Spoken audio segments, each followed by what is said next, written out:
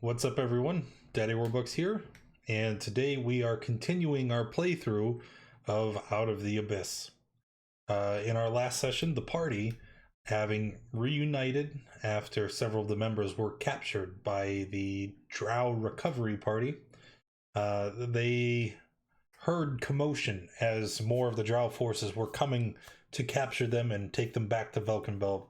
So they eluded capture in the only way they could, escaping through a claustrophobic series of tunnels that were completely surrounded by silken spider webs. And that is how our party has found themselves lost in the Silken Paths, a series of the Underdark that is completely consumed by these thin threads of spider silk that are laid over on top of each other to create huge canopies and crevices. In our last session, they were walking through the Silken Paths, and they had found themselves in a large cavern that was, so deep they couldn't even fathom where the ground was. And they were ambushed by giant spiders, which resulted in a lot of very nasty things. If I recall correctly, some of the party, they had fallen off of the webs because being made of spider silk, they are very very vulnerable.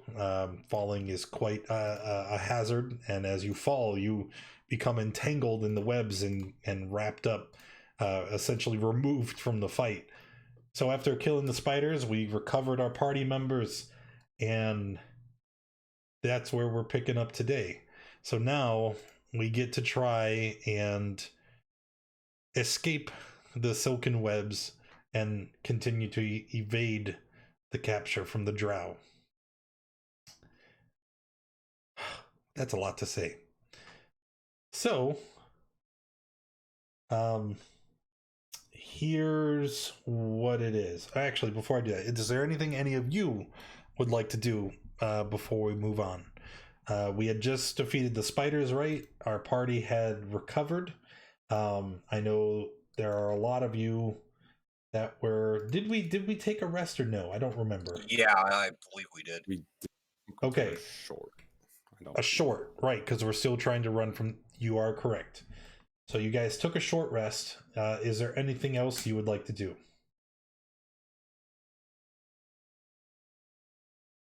That's about what I figured. Okay, so here's what it is, right? Navigating through the Underdark has already been very difficult because, I mean, it's dark, we're lost, there's goofy magic shit, there's all kinds of things that are happening that make this very dangerous.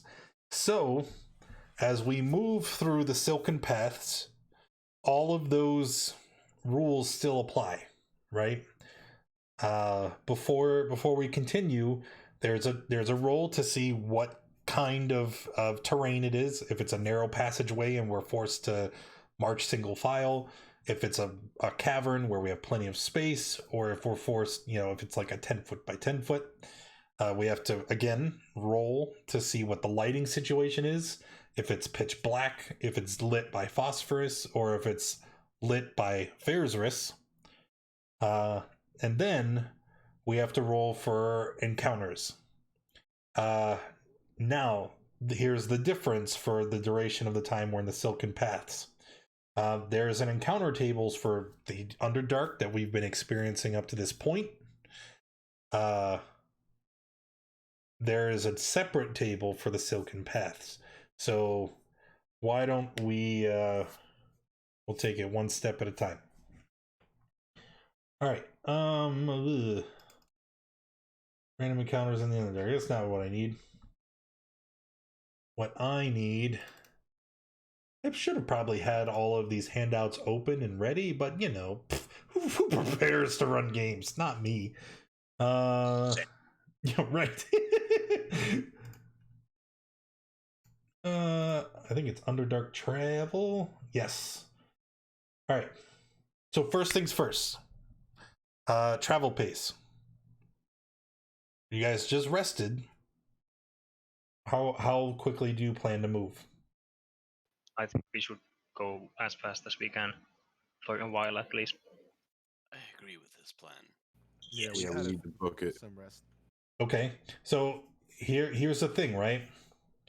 If we are planning to move at a fast pace, mechanically, that's penalty to our passive perception, and we're not allowed to forage for food because we're traveling at a fast pace.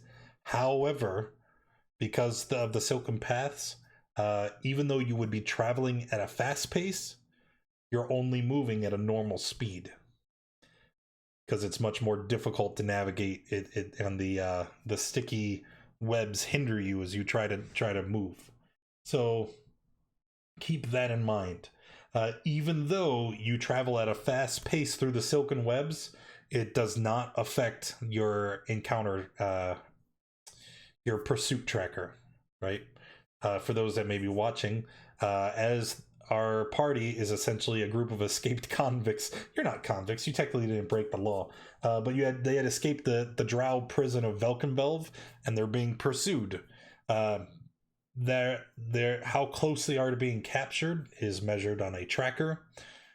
Anytime they do something that helps them get away, the tracker decreases. Anytime they are slowed or hindered in their escape, the tracker increases. If the increase gets too high, then they're ambushed. If the tracker gets too low, then they lose their pursuers, and we get to ignore this mechanic. They had just escaped an ambush, so our tracker is already quite high. So moving at a fast pace, not affecting the tracker, eventually you're going to have to choose if you want to do another forced march or not. But we're not there yet. We have encounters first.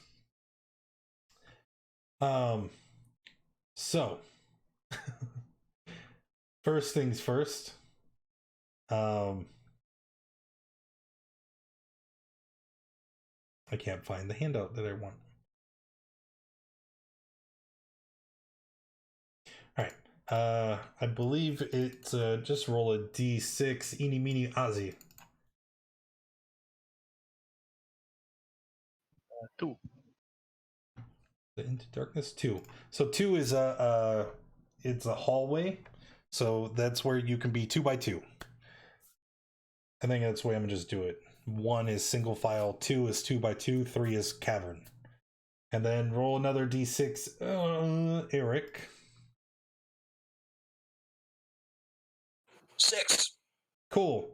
So that would be bright illumination. We're moving into an area of the Silken Paths that is greatly illuminated due to the presence of Faerzris. So that has some goofy stuff as well. And then finally, why don't you roll me a d12, Gomo?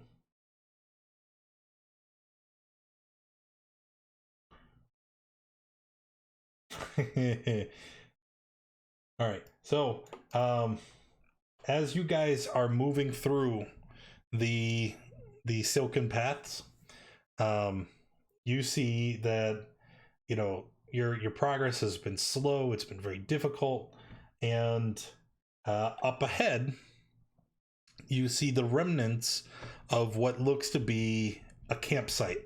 Right? No fire pit or anything like that, because that would be madness inside this thread-like domain. But you can clearly see a bedroll on the main area of the path that's been kind of overtaken by the spider webs, and you can see the bedroll has looks like a large puncture wound that was then turned into a large tear through the top of it. There is a small backpack that is lying with the flap open, kind of suspended in the webs, maybe about 2 feet, 3 feet up in the air. And then also on the ground, there is a small chest about 2.5 feet long by a foot wide and a foot deep.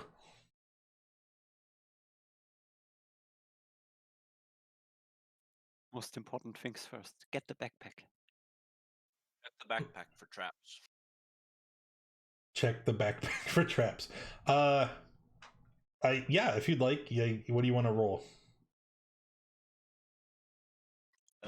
Investigation. Sure, investigation it up. That backpack is definitely not trapped. You look around, looking for any signs of foul play. There's not like a solid ground in the area. Remember, it's just the webs are so densely packed it makes this area that you're walking on. So everything in this camp is almost completely overtaken by spider webs. So you don't see any signs of mechanical or magical trap. You look around, no signs of spiders. Seems safe.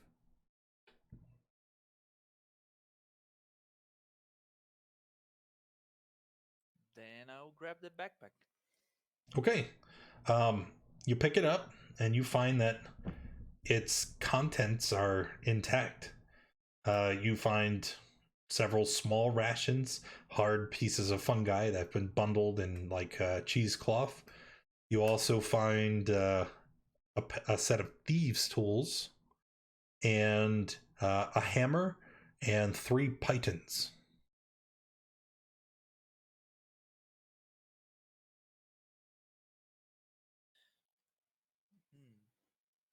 Okay, I'll pass the thieves tools to Wojtek. Now you can finally play around with your hands, goofy hands. Little did you know, I already stole it. What? All right.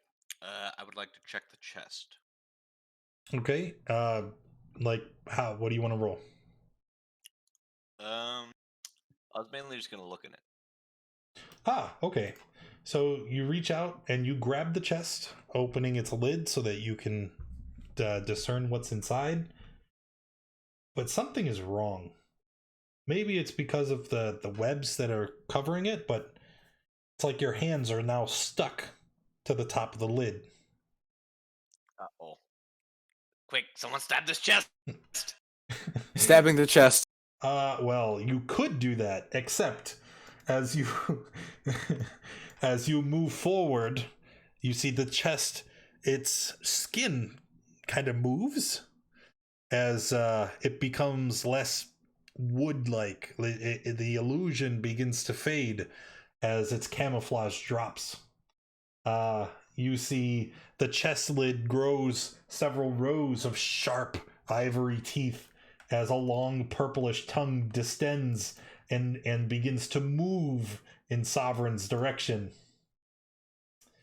As the chest turns out to be a mimic. Are both my hands stuck or just one? I heard you say you were going to try and open the chest. Most people, they reach out with both hands and then they...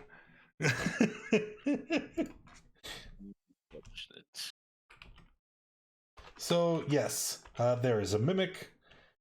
I need you guys to roll initiative, please.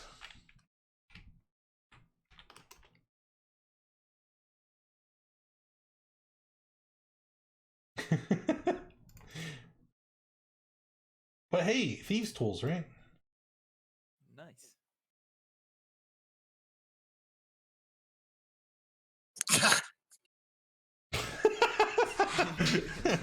You okay?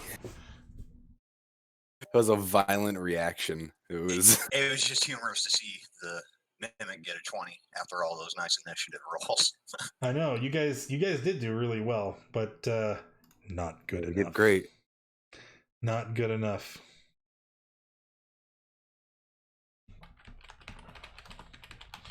Okay.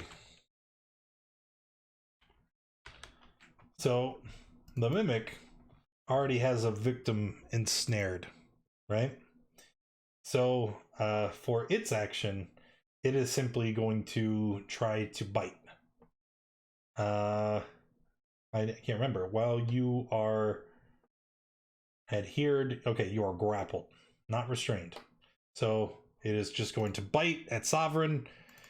18 is a hit, correct? Mm-hmm. Mm-hmm. Ooh. Oof, ouch, owie. All right, well, that's that. Zisrod, you were up. Okay, I'm gonna cast Infestation at it. Infestation at the Mimic. Okay. 11 is a fail, so it takes your 6 poison. And then can you just roll a, what is it, D8?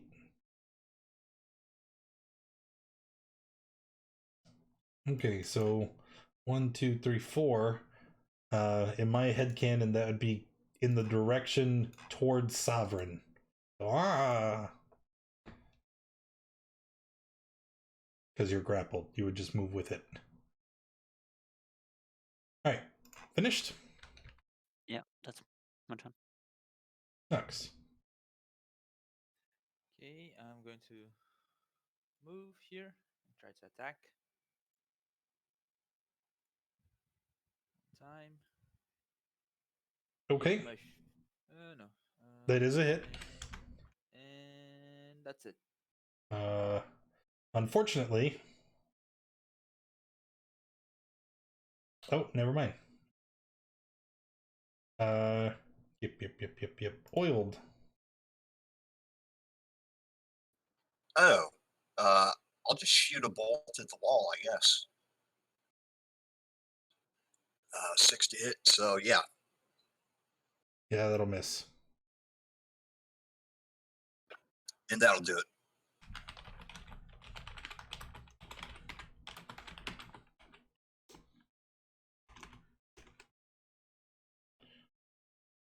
All right.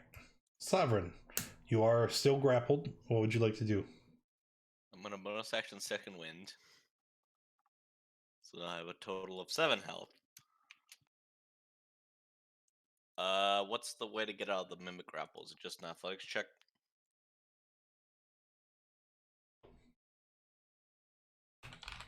Well, no, it's your choice. When you're trying to contest a grapple, you can choose athletics or acrobatics, strength or Okay, I dex. wasn't sure if it was a special grapple or just a standard grapple. Nope, it's a sticky mimic grapple.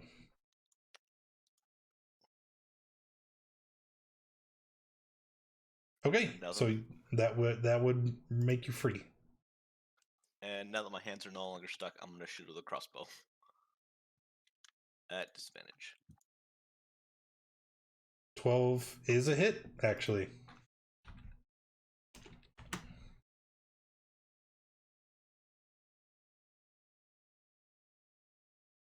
Finished? Yep, that's it. White tech. Moving down here, doing a stab. Trying for sneak, but I think that misses. Yeah, that would miss. Whoops. Well, that's it. Flash? Toll the Dead.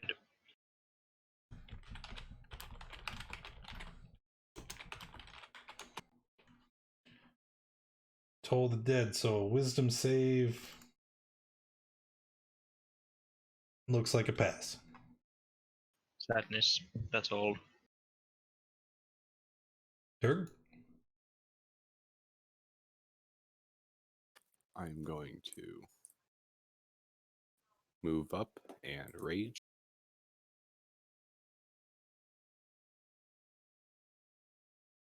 Trying to find a magic sheet.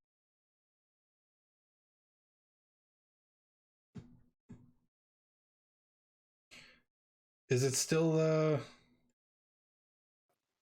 What? Oh, I was looking at the list. It doesn't look like D&D Beyond. No, it's still the old one. Okay, cool. We'll just run with that for now. So 2 is you get to teleport every turn as a bonus action until your rage ends.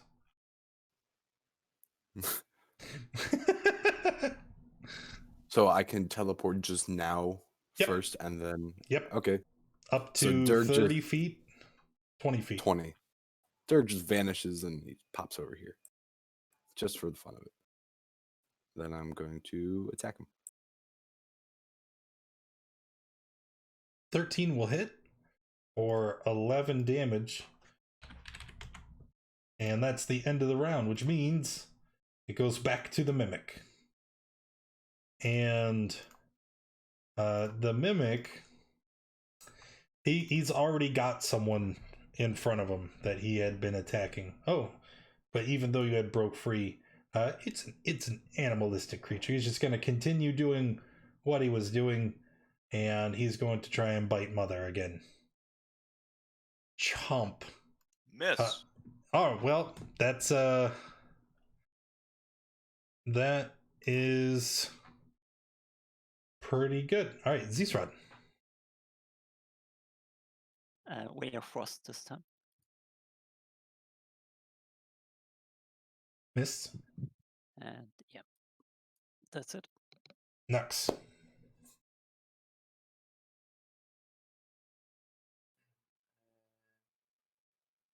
to attack with my short sword. Whoa. Is his mic like really quiet for anyone, or is that just me? Yeah, it is. All right, well, I see the attack.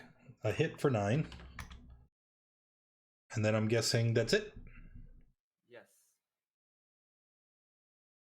Oof. All right, Oiled. We will take one step over just to get a little bit of a better angle and attack. 12 is a hit. Yep, that'll get it. Nice. Okay. That'll do it. Sovereign. Let's see. Sovereign is going to shoot it once more with a hand crossbow at disadvantage. At disadvantage.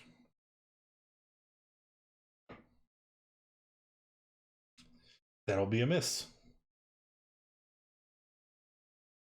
After which, Wojtek. Same thing. Yay. 17. Okay. That will be a hit. And the end of the Mimic in combat. Okay. I want to Do loot they the drop chest. loot? Yeah, can I? Do they have things inside them? Only one way to find Bones. out. I want to search the chest. Well, it's not a chest. It's a creature. Dirk doesn't know that. Inside the mimic is a tinier mimic. Yes. No, unfortunately, you open the chest trying to look inside. In actuality, you're just kind of like opening the mimic's mouth and you're like looking down its gullet. There could Mom, be something there's down nothing there, in the chest. but you can't see.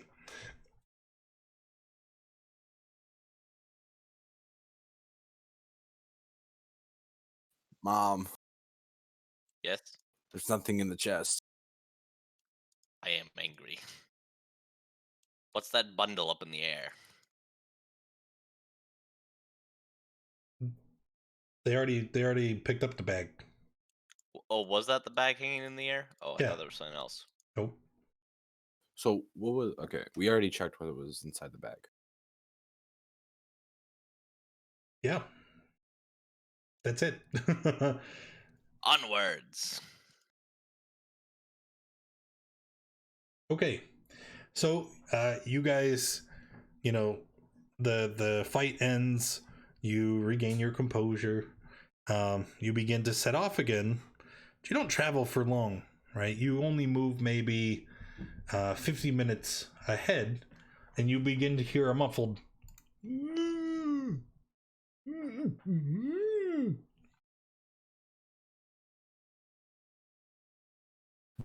What's that? I look around. Where does it seem to be coming from? Make perception checks, please. All of us? Anyone who wants, yeah. All right, Flash. You can see. You kind of start looking, trying to follow the sound, and you hear. It's coming from above you. So you look up, and you see something very alarming. On the ceiling above, there's maybe hundreds and hundreds. There's an innumerable amount. They look like white teardrops, right? They're heavy at the bottom, and they're connected to the network of spider silk that crisscrosses the ceiling by a thick cord. But so they just hang, in bundles over the ceiling. And you can see that these white teardrops, the longer you look, the more detail you get. They seem to be made of more spider silk, and you can't quite place what purpose these big orbs would serve. Well, One with based a on, sword. What was that? based on, I think I would know what it is. Well, yeah. You can use your context clues and make a guess. What do you think those are? I don't know. Sounds like cages made of cocooned spider webs. It's close. It's close. Not cages so much. If anybody would like to make a nature check to try and determine what these orbs would be, you're more than welcome. Well, look at that. Sovereign, the Underdark native, being an expert on arachnid physiology and anatomy, you would immediately recognize eggs. Those are egg sacs for giant spiders. Oh, no. Don't poke it. Why not? Because then we will have thousands of tiny spiders. What's a spider? Oh. What? They're like you, but they have 8 legs. Goblin with 8 legs. And- Gross. An 8-legged arachnid goblin hybrid would be horrifying. Yeah. Just different racial driders. Derg looks very puzzled trying to think about this. In short, it would be an ugly fellow. Like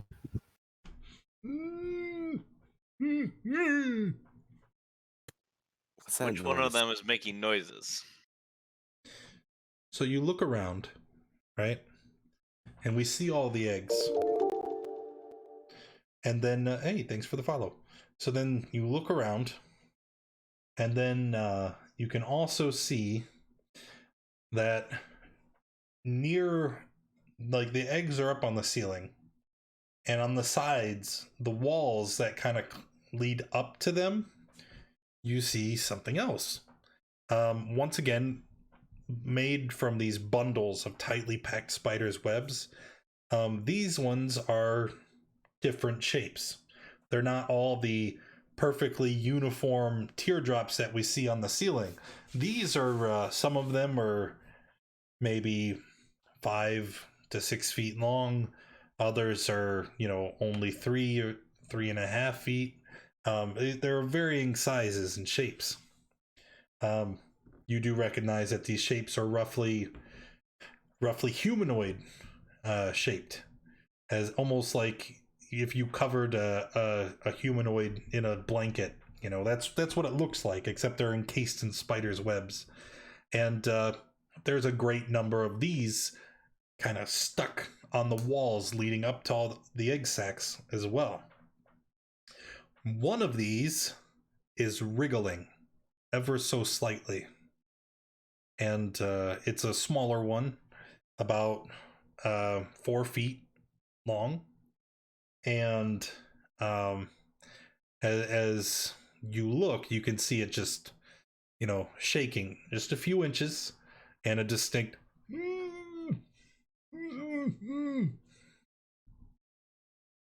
don't like this. Can I burn it? Why is that one Do we moving? put it out of its misery? Cut a slot near the top. Why don't we just cut it down? Right across the guy's neck. Well, we should cut it just so that whoever's in there can't come out and murder us. And then we can ask them what they're gonna trade for us to let them out. Wait, Mom is the smart one. I'm gonna slice the top open with my short sword. Okay. You slice it open and you look inside, and the only thing you can see peering into the end of this cocoon is a pair of feet.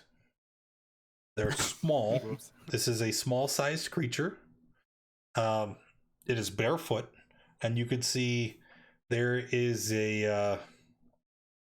It almost looks like a very thick, coarse body hair covering the tops of their feet.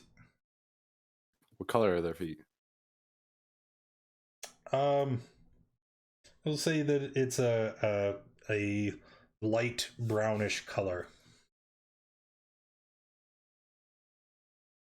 Oh, I will slice the bottom open now. Yeah, okay. So you slice open the bottom, and out spills out this. It's a halfling, and as they spill onto the ground, you can see that they are barely moving. They have like caramel colored skin with a head of curly hair. And they wear simple clothing with a steel breastplate covering their chest. You can also see as the body just kind of spills to the ground, distinctly, like where their neck meets the shoulder, 2 puncture marks, each quite large, about the size of a coin. And there's this black just corruption that seeps out from the puncture mark, and you can see it going through their veins to the area around the side of their head and down below their shirt where you can't see. And this halfling is awake. They are conscious. Their eyes are wide and scared, and his face is in a grimace of panic. But he doesn't change his expression. He just looks at you through these gritted teeth.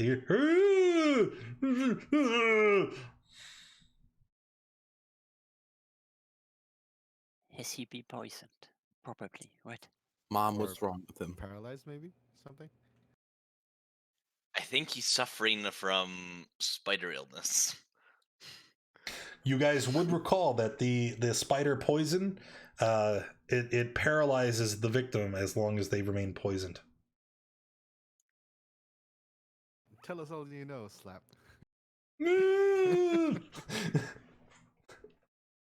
Does Slap have anything on them? We loot him. Poor guy. Well, he is wearing that breastplate that is sized for a small creature. Then there's also you can see in a small we'll say like a harness, right, that wraps around their calf. It's just a small scabbard with a dagger. What do you think? Should we keep him? He may know a way out. Can I I keep don't know. him? I don't know about keeping him, but I'm certainly keeping that breastplate. Please, Mom, can we take him? Sure. Are any of you able to cure poison yet, or no? You can tell Dirk to suck out the venom. I don't think. Is that what you want me to that'll do? I'll do it, and Dirk begins to move towards him. Okay. 5 As you minutes move later, we now closer, have a paralyzed Turk as well. as you move closer, you can see that in addition to the items that you could see on his person, there's also a small pouch that is bundled to his belt. I want to take it. Sure, he can't stop you. He just looks at you and And as you grab this pouch, you see the pouch is heavy, right? There's something inside. And when you look, you see that it contains a single beaker, right? Inside this beaker has a cork cap. And as you pick it up, you feel the liquid sloshing around inside. But looking at it, it's empty. You don't see anything. Don't drink that, Durg. There's nothing in it. You just said it's empty. Don't drink it. You just said it's empty. Don't. Right? It is empty, right? It seems that way. I don't see anything. Mom, Just what's this? Give it here. Give it here. But I want it. You keep taking all of my stuff. Well, if it's an empty bottle, why are you so concerned? Because I never get to have anything. You got to keep the chest. Not anymore. Yeah, well, who broke it? The mom told me to. This is why you can't have nice things. Let's see. I have a sword, a shield, and this is my beaker. Fine, you can have the beaker. Just don't drink it. There, it's empty. Exactly. Dirk's gonna study it for a minute and kind of like turn it around to see, just to make sure it's empty. Well, as you turn it around, you can feel the liquid sloshing. Oh, there's liquid in it. Don't drink it. Why? It's probably poison. Why would he have poison on him? Well, look. You see, he's poisoned, and he had a vial of poison on him. This makes sense. But it's closed. He can't drink it. He took like a tiny sip. And now then he's closed poisoned. it. But if he Yes. poisoned himself, how'd he get up in that thing? Shh. Too many questions. Don't drink it. Mom, I don't understand. Why can't I drink it? There's a lot. you Because don't you'll understand. disappear. To be fair. I'll disappear. That means a way out, right? No. I don't understand. I'm keeping the liquid on me. And I'm taking our halfling friend with us. Guess this is fair. He's my responsibility now. You get to have the halfling. I'll take the vial. No, it's my vial. Not giving it to you. You can have the vial. Let me take out the breastplate from him. Yeah, you can have the breastplate. I don't want. Mm. And I take out the breastplate. Yeah, he can't stop you. Okay, now I'm gonna he like watches you kind the of whole put him. time. Just What are most of us wearing? I mean, we haven't actually found clothes, have we? no. So most of you are still wearing the rags that you were clothed in I Velkenveld. think I'm dressed in before we traveler's left clothes. Veldenveld, we broke into the armory and stole a bunch of armor. I agree But it with was this like 'cause- studded leather. Yeah. Well, yes, but armor is armor, not clothes. So, like, you would be wearing studded leather with, your birthday suit on underneath. I'm wearing a loincloth.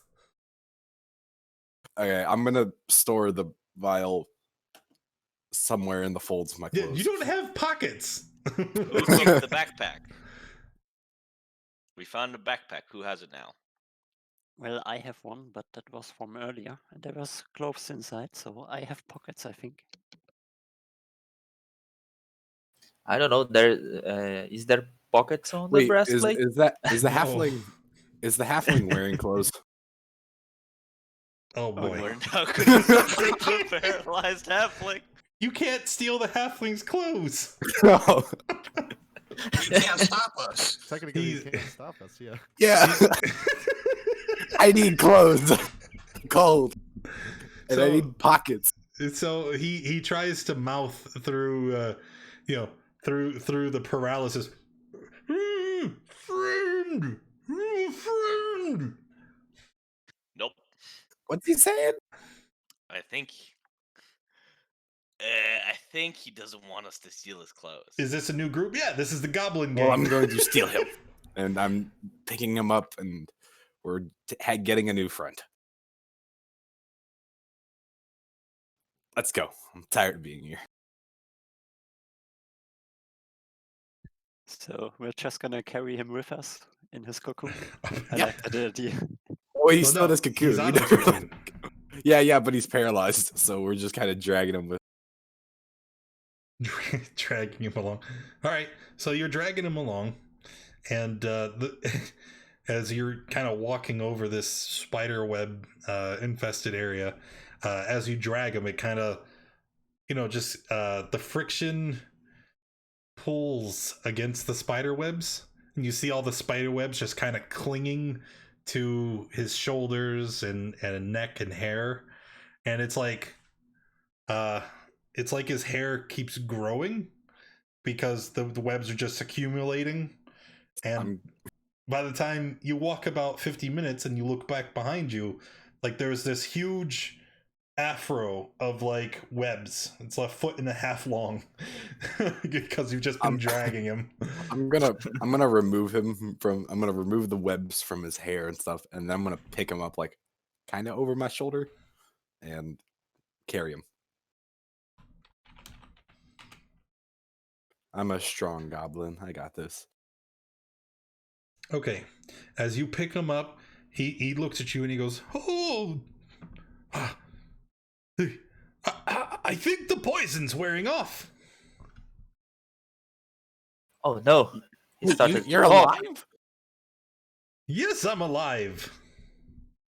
Please set me down. What are you doing down here?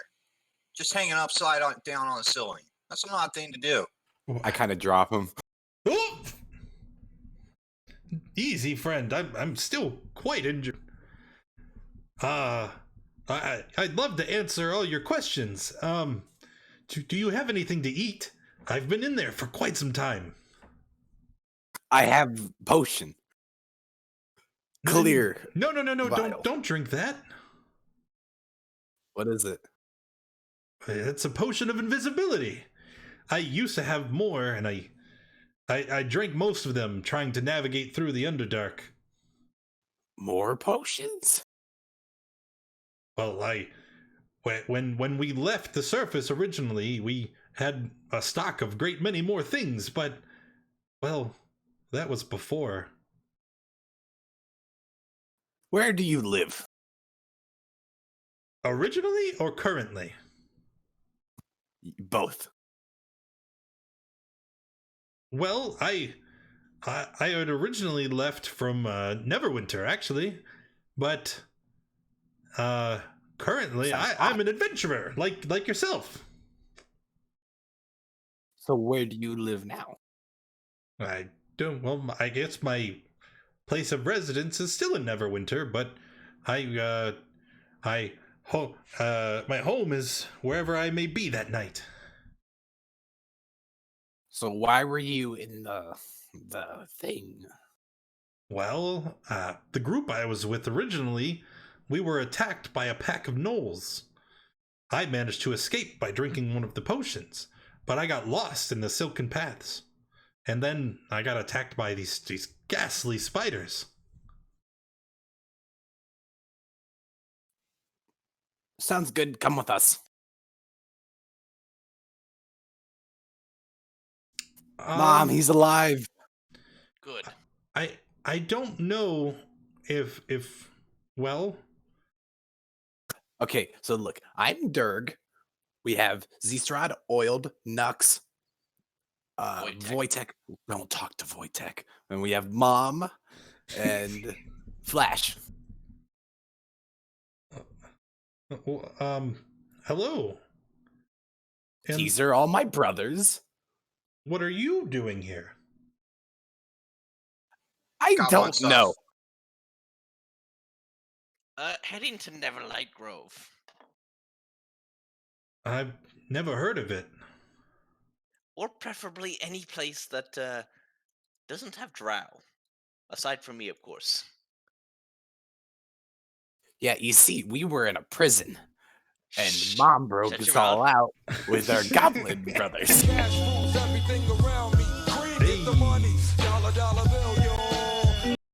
Thank you for Wandering the Wandering out. monster time. Let's go Stop with a it. cloud giant and a roll on table G.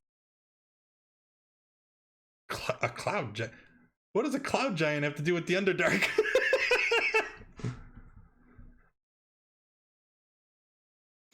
All right. So he looks at all of you, and he goes, "Well, I have a better idea, maybe." Maybe. You What is see, your idea? me and my party, we originally traveled into the Underdark because we had heard of a well, you see, we're treasure hunters, and we were following a lead about this lost tomb said to be hidden deep underground. Unfortunately, we never made it there, but I would hate to have come all this way. I think it's very close. Treasure? Yeah. Oh, Mom, Yes. can we go get the treasure? Well, Yes. if we do make it to the tomb, it could also be a place for us to hide and rest. This is a good argument. Yeah. Lead the way, halfling. Wait, what's your well, name? I already told you. I am Fargus Rumblefoot. Ah, Lead the way, Fargus. What? But I think. And he kind of moves in front of the group and he holds up his hands to like stop.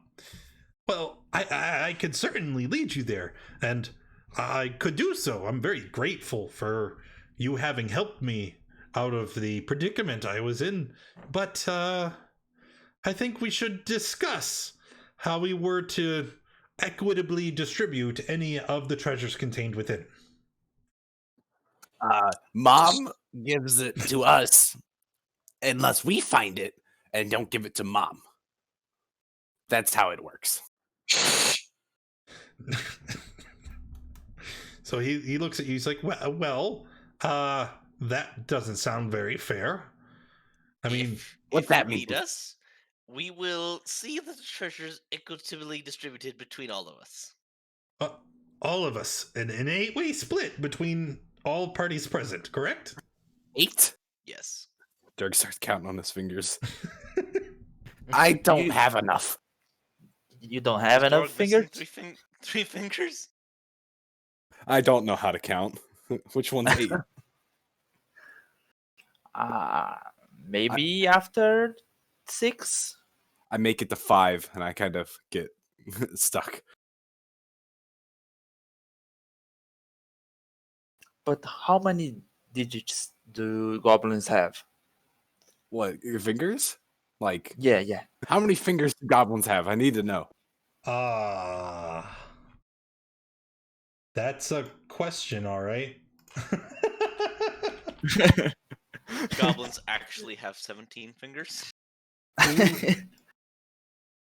Do 6.6. according Wait, to this what? image, that is the official goblin art. It Wait, looks like what's- goblins have 5 digits.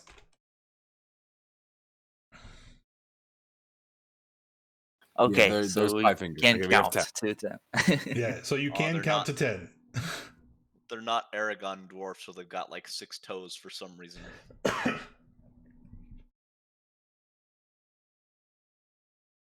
Okay. Yeah, he looks to you, Durg, since you seem to be having the biggest trouble with the concept.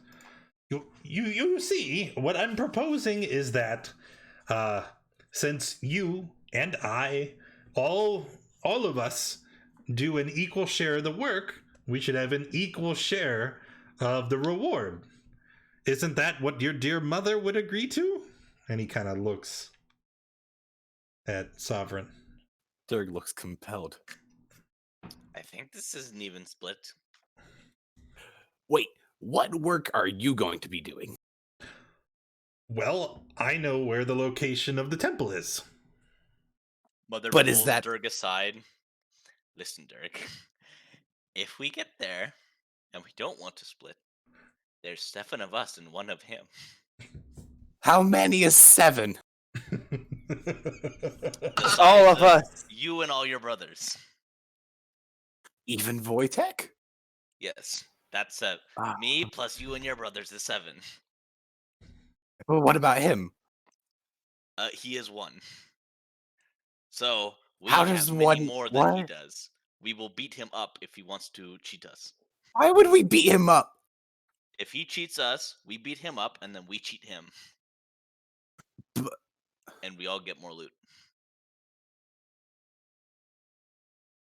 Okay. Sovereign is sus. Sovereign is the imposter.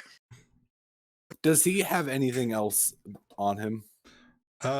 Anything that you guys haven't taken? No. Hey, turn out your pockets. I think he still got his dagger. I don't think anybody said they stole that. Oh, right, yes.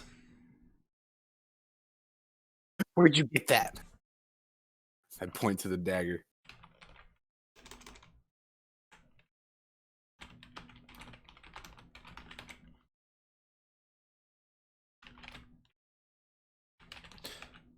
So he looks and he's like, "So, are we in agreement?"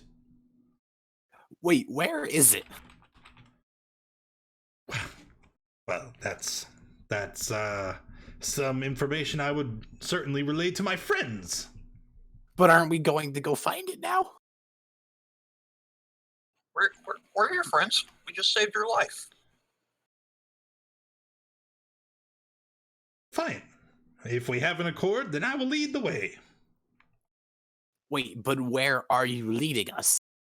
So the treasure. Where Yes. are we going? To the tomb. Which one? It is called the Tomb of Caim. It was said to have been lost centuries ago, but I found evidence of it in a library in Neverwinter.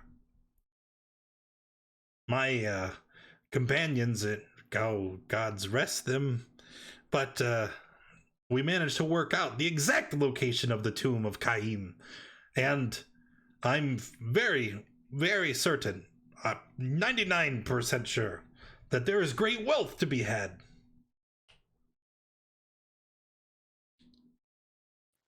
Where were your companions again? You're dead. Well, You're yes. dead, Dirk. Why did you leave them? Well, Because they're dead. They were eaten by gnolls. This is all irrelevant. Let us move. We should move. Yeah, we should. There's spiders in here. Also, just to confirm, the tomb is like away from where we're running from, right? Where are you running from? The way we came. There are men following us, and they're trying to hurt us and take us to jail. I can't positively say which way you came from. I was inside there. And Dirt points. We came from that way. Yeah. He like takes his index finger and he touches it to his tongue. And he holds it up into the air. There's no wind, but he does it anyway. And then he kind of he reaches into his shirt and he pulls out a pair of goggles. And he sets them onto his face and kind of adjusts them. Starts looking around after blinking his eyes. Is that way? So do we shank him now or? Do you say that out loud? No, I just whispered. He looks at you alarmed. What? I said, should we thank you now? Yes, exactly.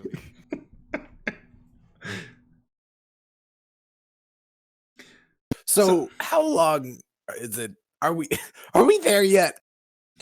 No. We'll be there soon, I promise. Then we should go. Hurry up. Yeah. So he starts leading you from the back, mind you, as he refuses to stay in the front of the party as he has been removed of his armor. He doesn't seem to have realized that that you know, you are in possession of it, or if he has, he just has chosen not to address it. And he begins to direct, giving indications of straight ahead to the east, to the west, as you continue to delve deeper into the Silken Paths.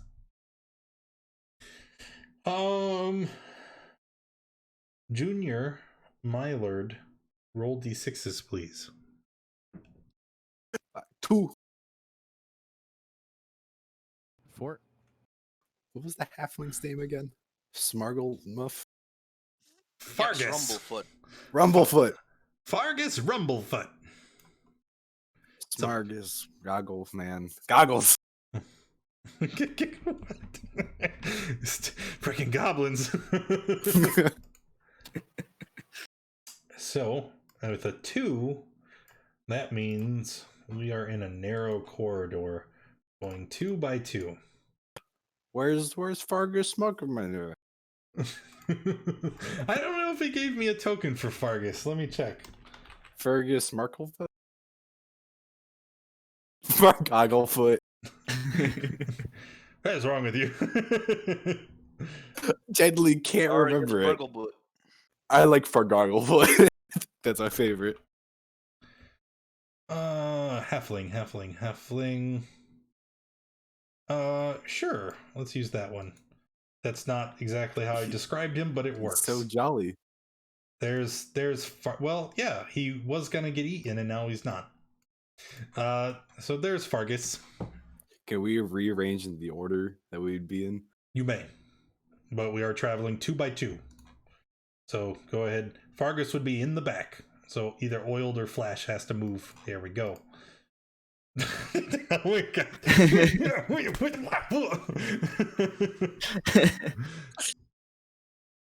So we are traveling 2 by 2.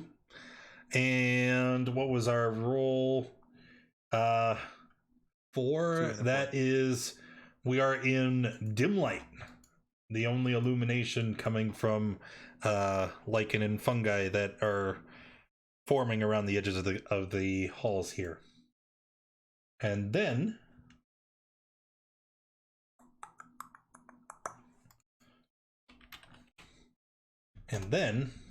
so you guys you're again traveling at a fast pace, very slowly. Spider webs are a pain in the ass. You're moving through, and up ahead you see something. There's an intersection in the road here, and there is a creature that it's kind of like stooped over in the center of the intersection. It has its back to you. It looks like it's humanoid in shape, but there's something very wrong about it. From the position where you're standing, you can see that as it's hunched over, its skin, it looks almost like wet, like sticky. And where its feet hit the ground, there is a weird, its ankle is about where the mid part of your calf would be.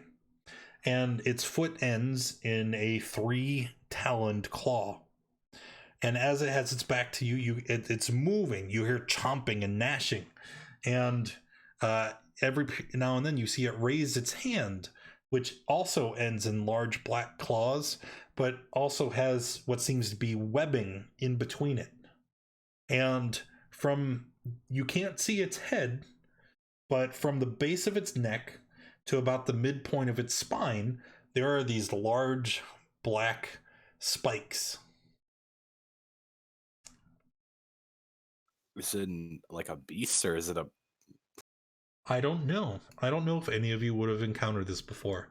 You're welcome to do a history or arcana check to see if you would recognize such a weird beast. Both are int. Haha!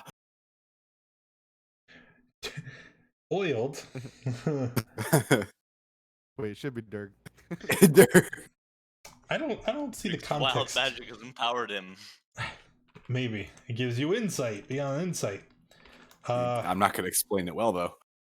So this creature that you see, oh no, you can see it's vaguely frog-like in shape, and it seems to be very nasty. Oiled has a connection to other realms of existence. You recognize what this could be. It is a creature from the plane of limbo, usually called a slod. Salad. Foul. How would I recognize it? That's why I gave the info to them. There's no logical way Durg would recognize a slod. I've seen these in my dreams. Turn around. They eat children. Nasty, nasty creature. Very nasty. What color is it? Well, it Gray. appears to be gray. Oh no. Salad. You know it's coming, right? Do we have to roll initiative? Well, here's the question. Were we moving quietly? No. Yep. So, you guys are trudging up this hall. You see the creature up ahead of you, and it turns around like something out of a horror movie, slowly turning towards it. You can see its amphibian-like face, its tiny nostrils flaring as it tension turns to something tasty. It stands up, its entire misshapen body unfurled before you, and yes, we roll initiative. Everyone protect Froggle Frump.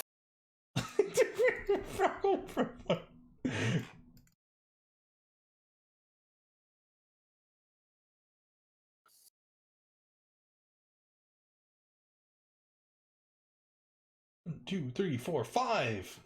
I need Sovereign. And Who knew? well, there's I got it. Wojtek. Already ahead of the game. There we go. Everybody ready? I'm not ready. You'll be fine. You're totally fine. Oiled? All right, because I'm not even sure if this is actually going to work or not. We'll use our bonus action, put a hex on it, and then we'll go with chill touch here.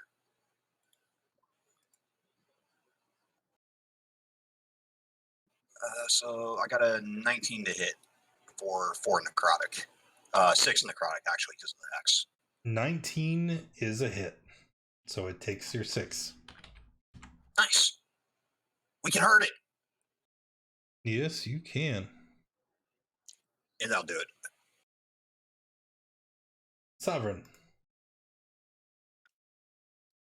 Sovereign is gonna pull out short bow.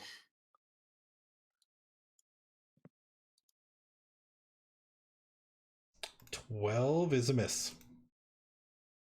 I rolled a 2. Sucks to suck. Finished? Yes, that's the end of my turn. I now have a total of 2 arrows. Z-Srod, it's gonna kill you if you guys don't move.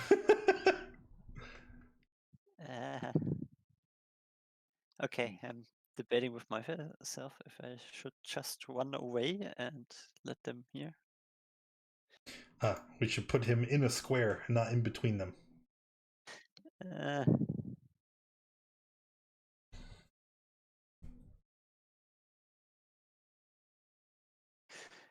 yeah, let's just infestation it.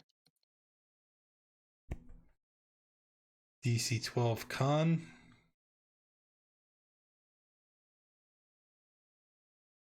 I'll just put that out there.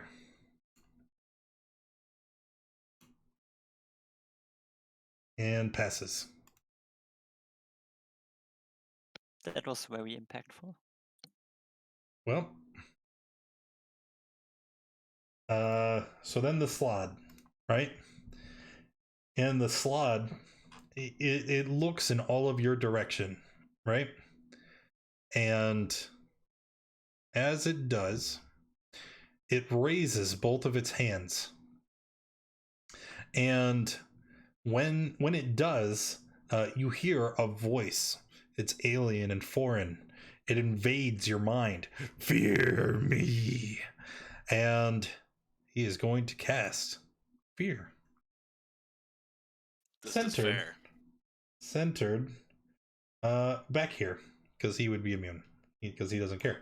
And you get in your head, you see his image growing, distorting, his teeth elongating, as well as his claws, as it becomes something monstrous and fearsome.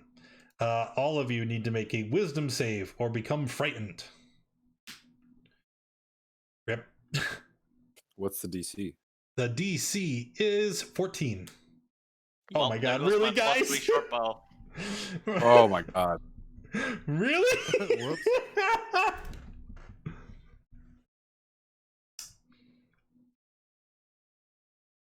Yeah, we are all very afraid. Does the halfling need to make one too? We're just gonna assume that he fails.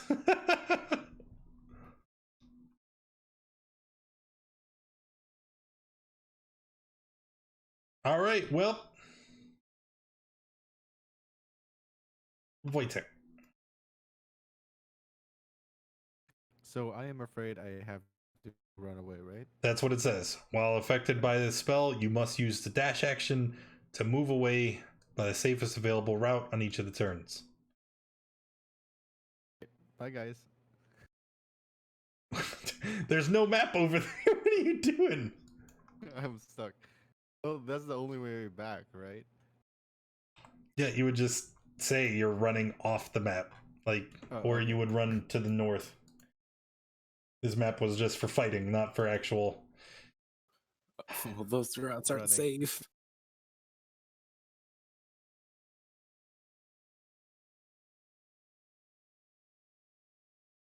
I mean, we have to move backwards, right? We can't move towards it.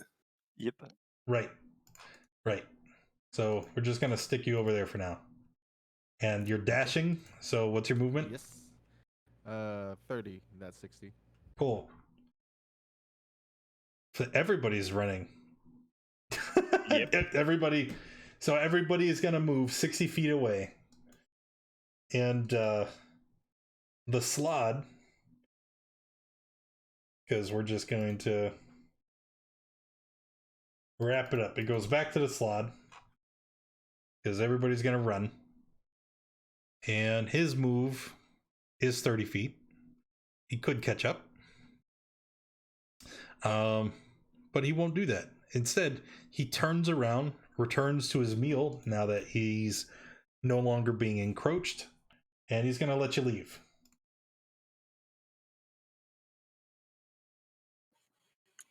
Mom! Was Severin able to pick up their bow before they ran, or no? What bow? Well, I was holding the +3 short bow. Yeah, because we all dropped our stuff, didn't we? Well, technically, I wasn't holding anything. Well, then yes, of course you dropped your bow. Don't tell me I lost my spellbook again. Oh no. It's whatever Well, we were holding for combat. Let's go back to Malkinveld. So here we are, right? You guys move 60 feet away. The slod turns around, ignores you. You're out of combat. So Wojtek. for sneak up and get our stuff reference, back. there's 60 feet between you and your belongings, and then there's another 10 feet from your belongings to the slod. Like, you gotta go get our stuff. Go. My God. Sneak. Go. Get Okay. it. I mean, sure. I mean, I could probably. How about It's your needs, the needs of the few versus the needs of the many. I'll try to sneak up. back Wait, there and- wait. Wait, what? Potion. Wait, hold up. I Do have you just have me clear. hand? I do.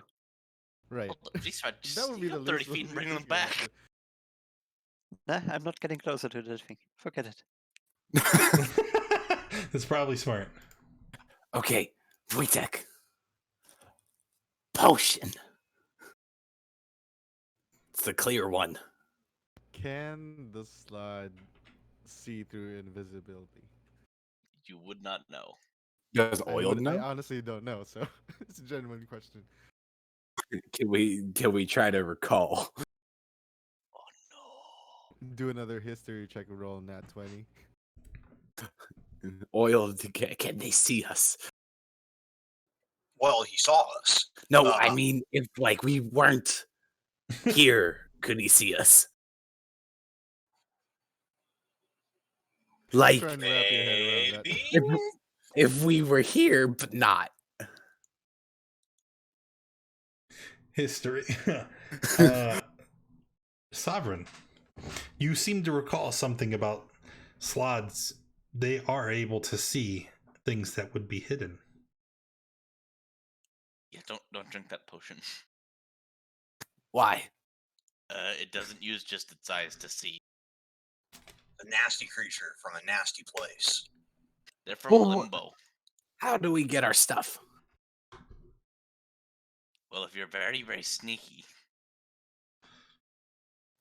Okay, Wojtek. So, go get it. I believe in you. And I slap him on the back. You'll be Yeah, fine with here those goes- long arms. Oh, Yeah, yes, true, I do long have arm. reach. Long arms. He can stand 15 feet back, and so grab the stuff. Ooh. I think that's high enough. 27 is Dodoi is going to be better than his passive score. So you would be hidden as you sneak up.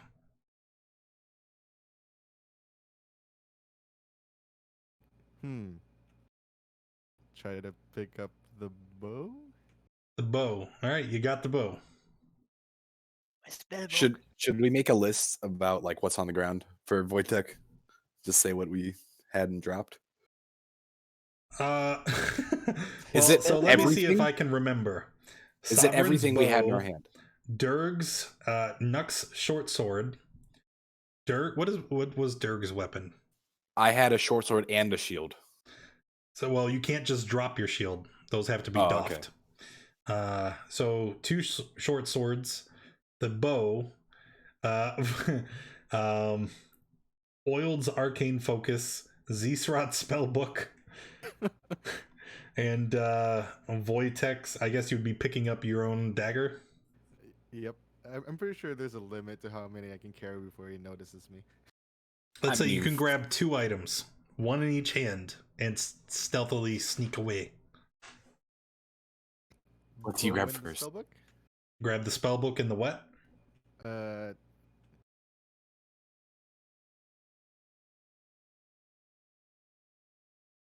Don't listen to them.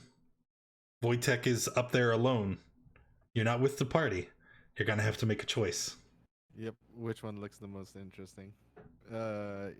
Probably the spellbook and the what was the other one? Spell focus. Yeah, the arcane focus. Yep. All right. The others look kind of replaceable, I guess. So he grabs the focus and the spellbook, sneaks back to the party, and hands your cat. That's probably good. Marshals can use anything as a weapon, but the casters are screwed without their foci. Foci? Focuses? Wojtek, go get the other stuff. I really want to push it, but I need. Come on. I mean, I need a sword. Yes, thank you. So if you'd like to sneak up us for a second time, you're gonna have to roll again. 18 is better than his passive score. So, Ooh. so once again, your dagger, the bow, And the 2 short swords are still on the ground. Just a bow and a short sword.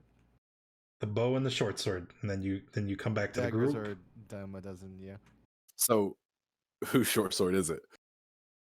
No idea. Just throw it in the middle. Fight over it. I kind of look at Nux.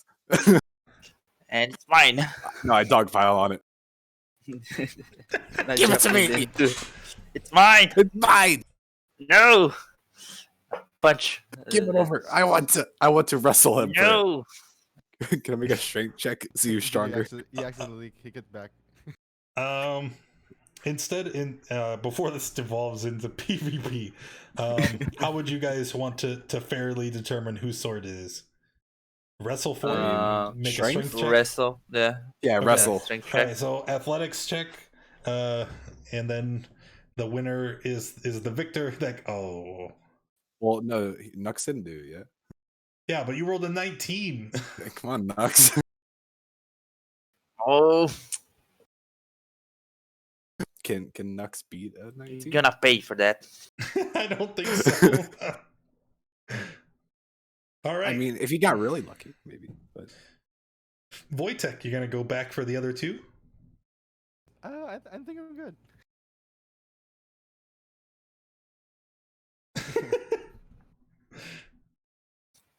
Bash the Wojtek with my shield. Do we have any other weapons among the party? there's another short sword, a dagger. Oh, then you don't even need the short sword. My short sword. I still got those quartz rocks. Those that flash in a bright light. I got 5 of them. I should have a dagger somewhere. Just take a goggle face, whatever. Yeah, exactly. He's got one you can confiscate. But I need my weapon. Nux needs it more. It's fine. I can punch things. Barbarian with a dagger. It is in his name, Nux. So, Yeah. final answer. We're not gonna recover the second short sword or the dagger. I feel like I've had enough good rolls for today. Okay, just for poops and giggles, let's see the last stealth check, if you would have made it or Sure. not.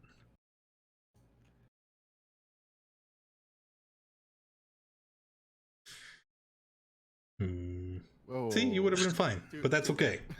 You made the conservative choice, and I'm sure it'll pay off somewhere in the long run.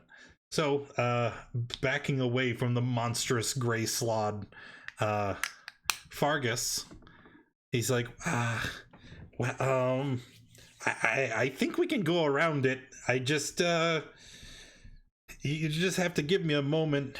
It'll take a bit longer. What if we just wait for it to go away?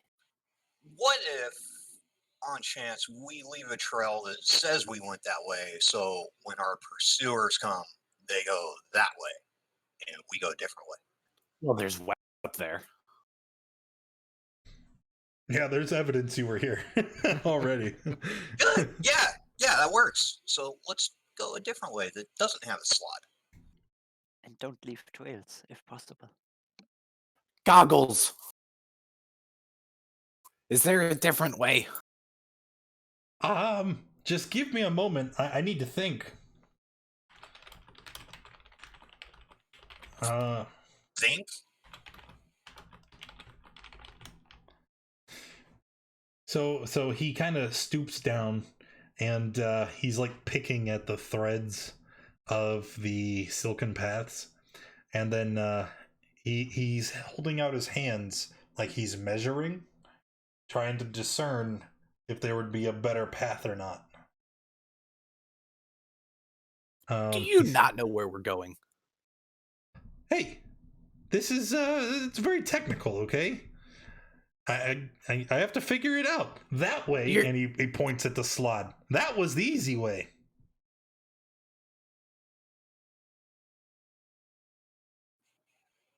So it's on the hard way. Well, I don't know about hard. It's just the longer way, I guess. It'll be fine. We're just gonna go this way. And he starts trudging off in a direction. Oh, he's leading now. Nice. We'll follow behind. Hey. Since we have an additional encounter here.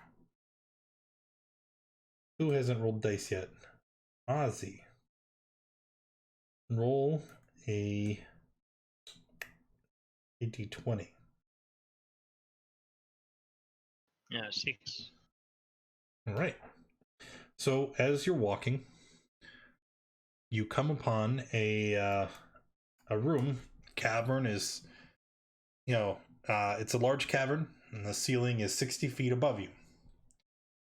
As you move into the cavern, you can see that there is a passageway on the far side, maybe about 50 feet ahead. I need to move all my handouts. Passageway about 50 feet ahead. Why not? We'll use this map. Get out of here, Mimic. So you guys would be at the entrance here on the right. And as you guys move in, let me just 15. Who in the party has a passive perception of lower than 50? Actually, Me. I think that's everybody. Because if you recall, we're moving at a fast pace, which means your passive score is reduced by 5. So I think, is that everybody is below 15? Yep. Okay, go ahead and roll initiative, everybody. And then, eeny, meeny, miny, gomo, roll a d4. What? Okay. So, Dex isn't adding to my initiative? I don't know what's up with that. What do you mean? Like, if you look on mine, it just says plus Dex 0, but I have a Dex of 3. Okay. So whatever you roll that needs to be plus 3 should be 6 or 9. Yeah. Okay. Easy fix. Get onto the, there we go. All right. So party is surprised. And something funky's going on. So our round starts here with Zsrod. You're surprised, you're surprised, you're surprised. Helps if my Dark Mantle is in the initiative tracker. Oh, it's actually first. Cool. So the Dark Mantle, you guys failed to notice as you walk into this large cavern, this thing. And I'm going to give you guys a picture so that you truly understand what happened. So these things, they sit on the ceiling, right?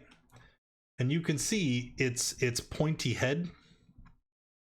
When it's on the ceiling and its eyes are closed, it just kind of suction cups to the top.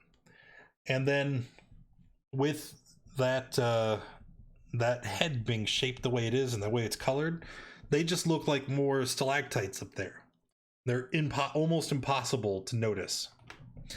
So you walk through this opening, this thing is just kind of hovering above, and as you walk through, it just falls, right?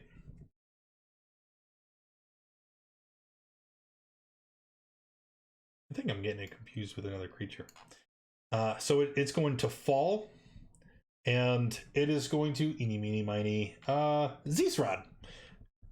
And as it falls, it is going to try and crush. So 18 is a hit.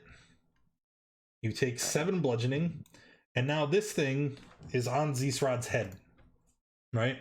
It just attaches to you, and Zisrod, as your head is covered by its fleshy blanket and its tentacles start to wrap around your neck, you are suffocating. Okay. Yes. That's not good. That's not good. Okay, so Dark Mantle falls on Zisrod. He takes damage. It attaches itself to your face. And then everybody is surprised. So nothing happens until the start of the next turn, where it goes back to the Dark Mantle.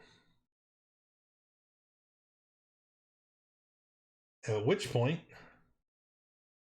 it's already attached to Zisrod.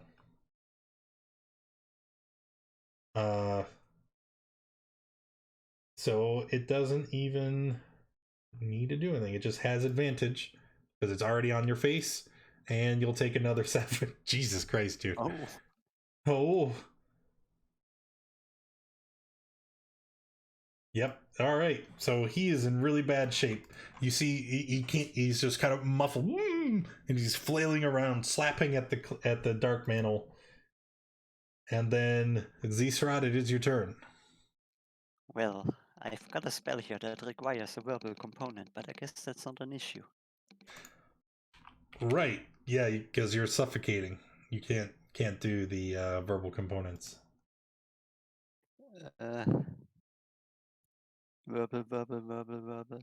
Yep, I'm screwed. I'm trying to detach it. Right. Strength, athletics.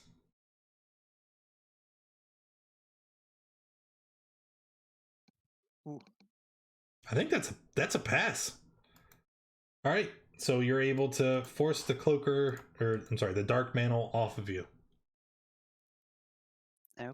Okay. Yeah, that's my turn.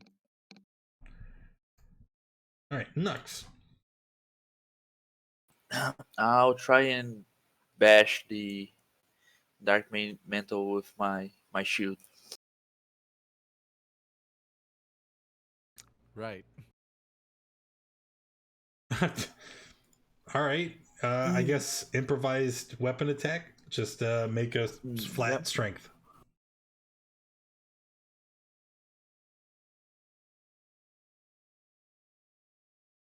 $18 would hit it, so it'll be 4 damage. More damage. All right. Flash. Well, now that it's not on Zizagot's head, I think I'm going to begin blasting with Scorching Ray. Alrighty. Let's see. Hit. Miss. And hit. For a total of 18. That's it. It's dead. Not a very hardy creature, but it wreaked a lot of havoc. Not a very hardy creature, he says, as I'm lying on the ground bleeding. As you bleed to death.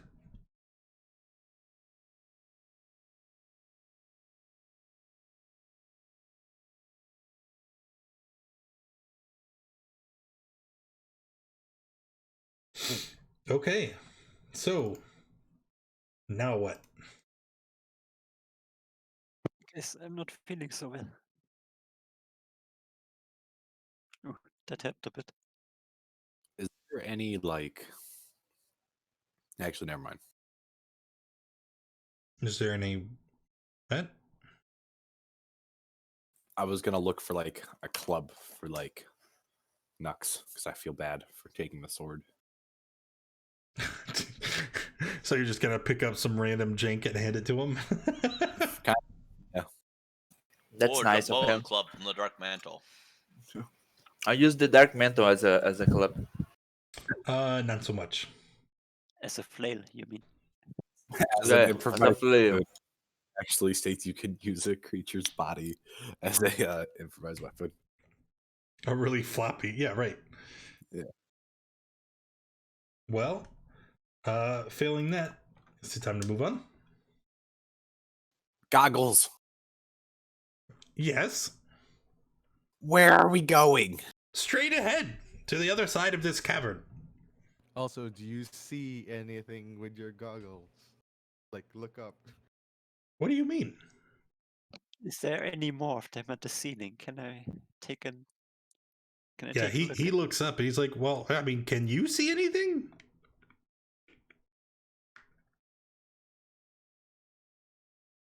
So everyone would like to look up with their passive perception of 15. Sure. Yeah, anybody who wants to investigate, search, passive 15 doesn't really reveal anything.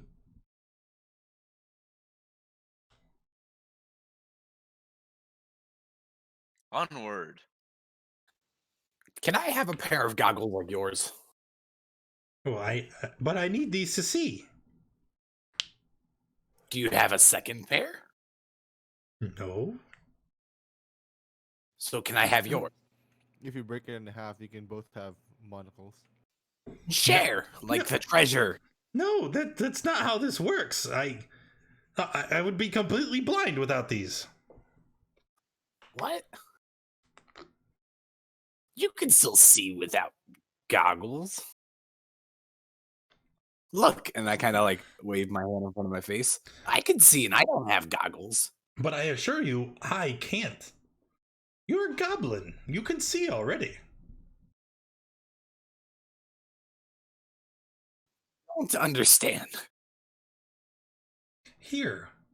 He slides them off, and you can see, like, he instantly struggles. As he holds them out, he kind of just waves them randomly, not really knowing where you are anymore. Can I try them on? Yeah, just put them on for a moment and then hand them back. Fit on my weird goblin face?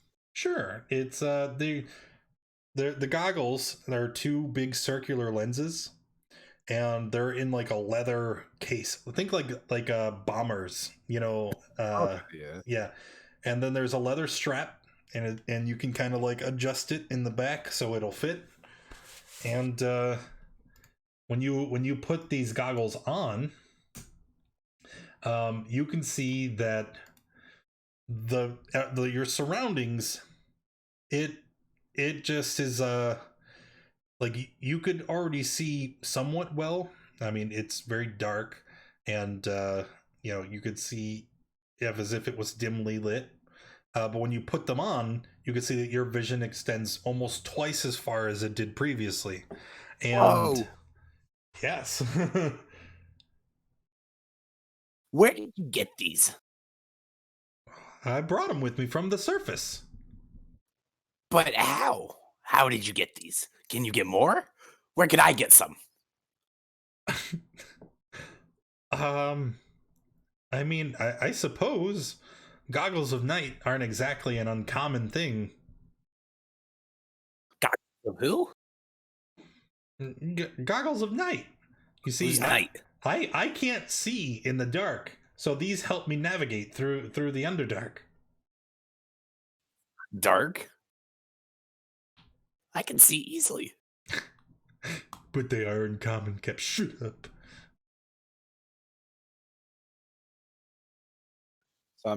Okay, let's continue. Wait, I need my glasses. You're what? Oh, the goggle. Oh. Give the goggle back, dude. Don't tell me what to do. Just do it. Why you're not mom's favorite.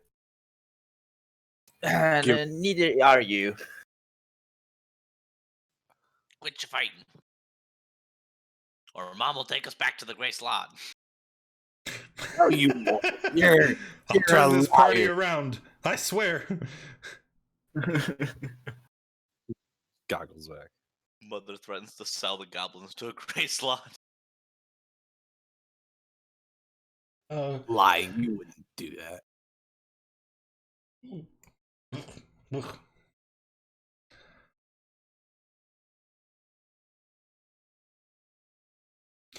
All right.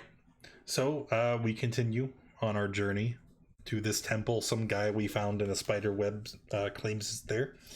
And as we continue, okay, you come upon another abandoned campsite. Similar to the first one you had found, this one shows, bedrolls, belongings overcome by spiders' webs. The only thing unusual here is that whereas in the last campsite, all of the bodies had been removed, here there are several lying about on the ground. Is the fire hot? There is no fire. Fire in the silken webs would be suicide. Oh yeah, silken webs. Okay. Yeah, everything is happening in the silken paths. Like to search the bodies. Okay. You walk up to the first body, and you can see a human man. He is wearing simple clothes, and he doesn't have anything on him. As you approach, you can also see clothes. Clothes? Made for a medium-sized creature. This is a human. Them down. As you... That's a good point, Nux. Thank you for reminding me. As you look at the human, you can see that the cause of death is very obvious. There is a chunk missing out of his shoulder. But this chunk, it goes from his neck, like just under where the mandible meets the neck, all the way around the collarbone and to the tip of the shoulder. A massive bite mark as something swooped in, bit this piece out of him, and then he bled to death. The next body you see, drow female. And this one, she was wearing what seemed to be chain armor. And there is a longsword resting on the ground near her outstretched hand. And same as with the other man, there is a large piece of her missing. This time, you can see part of her arm has been severed and lies next to the body. And there is another huge bite mark from her shoulder to underneath her ribs through the chainmail, and her innards are kind of leaking out through the port. Does this mean the chainmail is worthless? Yes, it means the chainmail is worthless.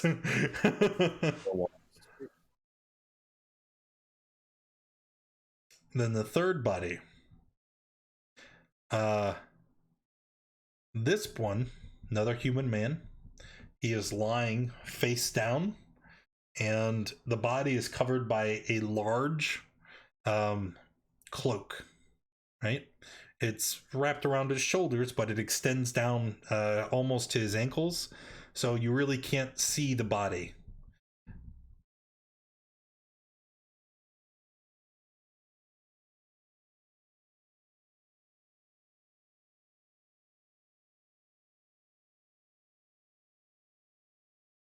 What would you guys like to do? Who wants a cloak? I kind of want a cloak.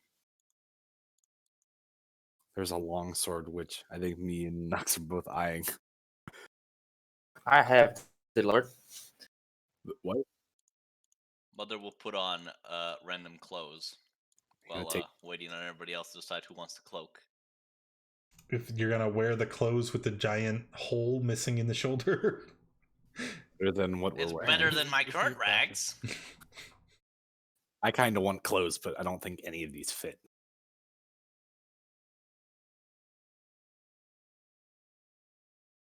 So, Nux, how about I take the longsword and then you take the short sword and the dagger? Well, because you could dual wield probably better than I can. No. You took this short sword. Now I take the long sword. You can have the short sword now. I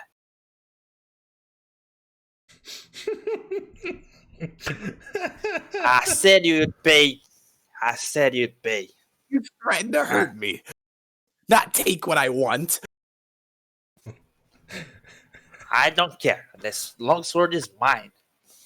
How about I give you something for the sword? I have this, and I pull out the beaker. I give you this and the short sword, and you give me the long sword. And I'll be somewhat nice. It seems like a good deal.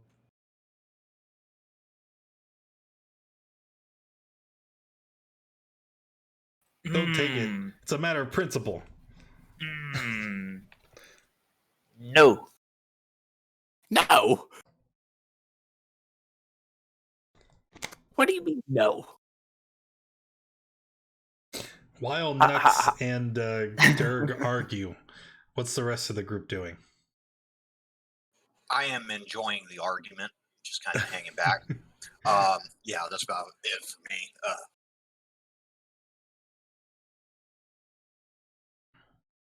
Yeah, I'm looking at the cloak that's human-sized, and I wonder what it would look like on one of the casters. Well, it's quite long, so it'd probably drag on the ground behind you.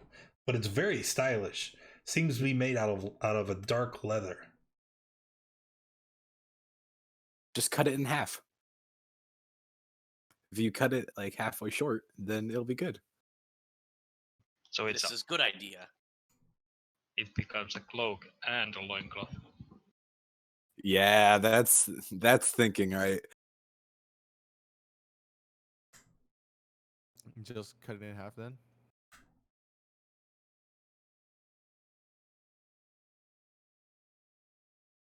So is that you're gonna cut it in half?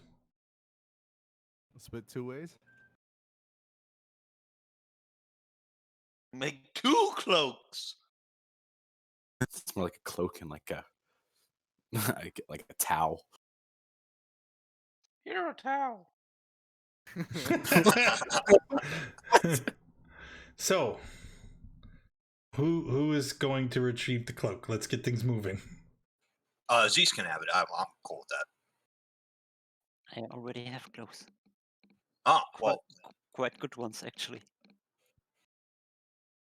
then I guess I'll take it if no one else wants it. Cool.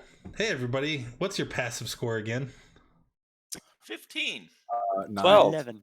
So not 19. Yeah. All right. So Oiled walks forward to grab this cloak. Nice.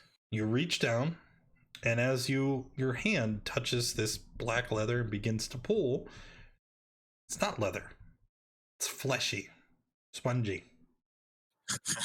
And Oh no! And in a moment, the cloak gives a flap, and it turns around and tries to bite you, Oiled. I think that will miss. That does seem like a miss. But let's see, Oiled is up here. We're gonna put Durg and Nux over here fighting over the longsword. As Wojtek Sovereign Flash, there we go. That's about as the cloaker reveals itself and takes a bite at Oiled, and let's make initiative checks one more time.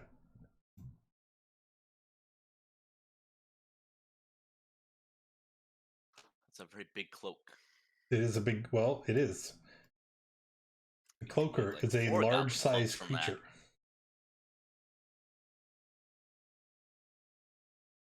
I already added the +3. So, again, it was hiding. All of you failed to notice it. So, for the second time in a row, the party is surprised. So the cloak, Durg, no. cloaker. And he already tried to bite you. Which means he's gonna then whip around with his tail. Nice. Which hits you for 5. And then we will leave it there. Oiled, it is your turn. No, am I still counting as surprised? Yes, you are. So it's not your turn. It's Dirk's turn. I'm gonna run up. Run up.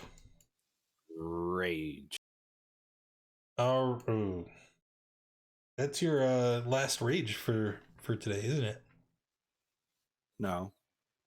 You have 3? I have 3. Okay. I've only used 1. Okay. This is 2. Yes. Now I have 1 more. Table.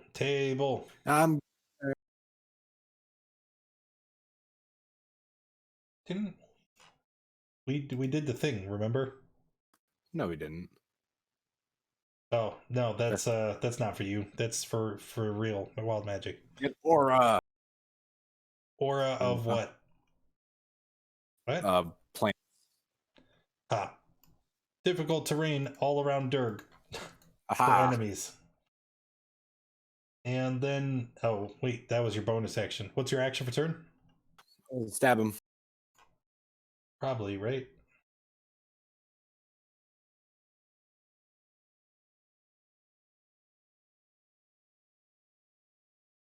$15 is a hit. And that's it for me. All right, Nux. Okay, grab my newfound longsword. Moved near the cloaker. I'll use my fighting spirit and attack the cloaker. 14 is a hit. Okay, and I'll This is use one my hand, action right? surge. Yes. And attack again. Cool. Another hit. And I'll use my Fury of the Small on the second hit. Oh boy, here it comes.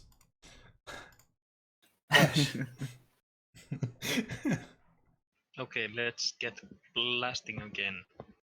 That thing looks quite nasty. And I'll also use it. So it would be 13 total. All right. Zisrad. Move to here and Aganasa Scorcher. All right, so the cloaker needs to make a dex save. Passes to take 7. And move back. You were in this square, correct? Yeah. Don't tell me he has reach. He does. As you move out of that space, he whips around and misses you with the tail. Wojtek. Hey, I have reach. You. Try to hit him. Okay. That's good hit. All right. That's it. And Sovereign.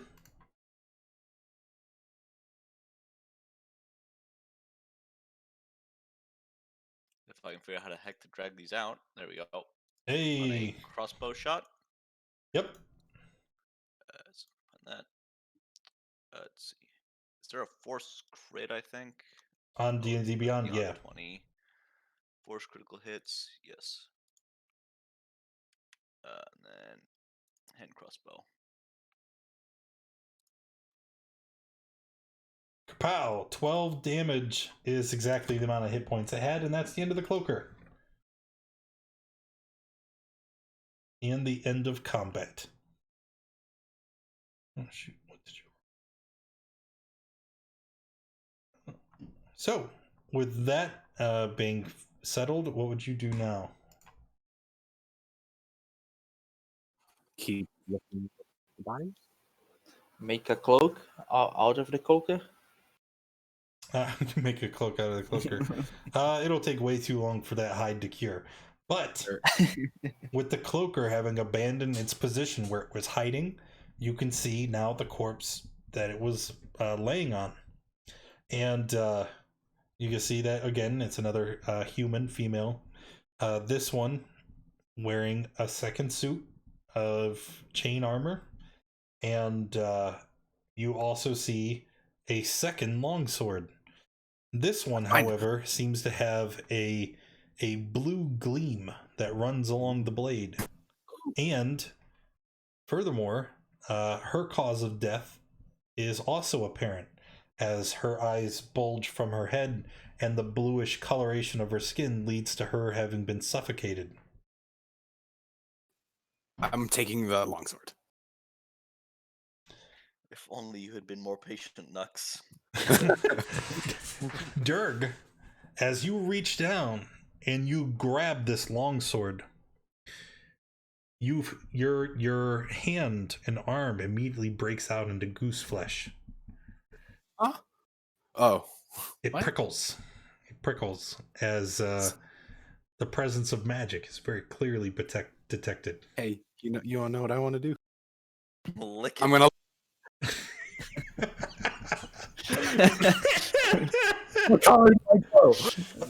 You should have known better.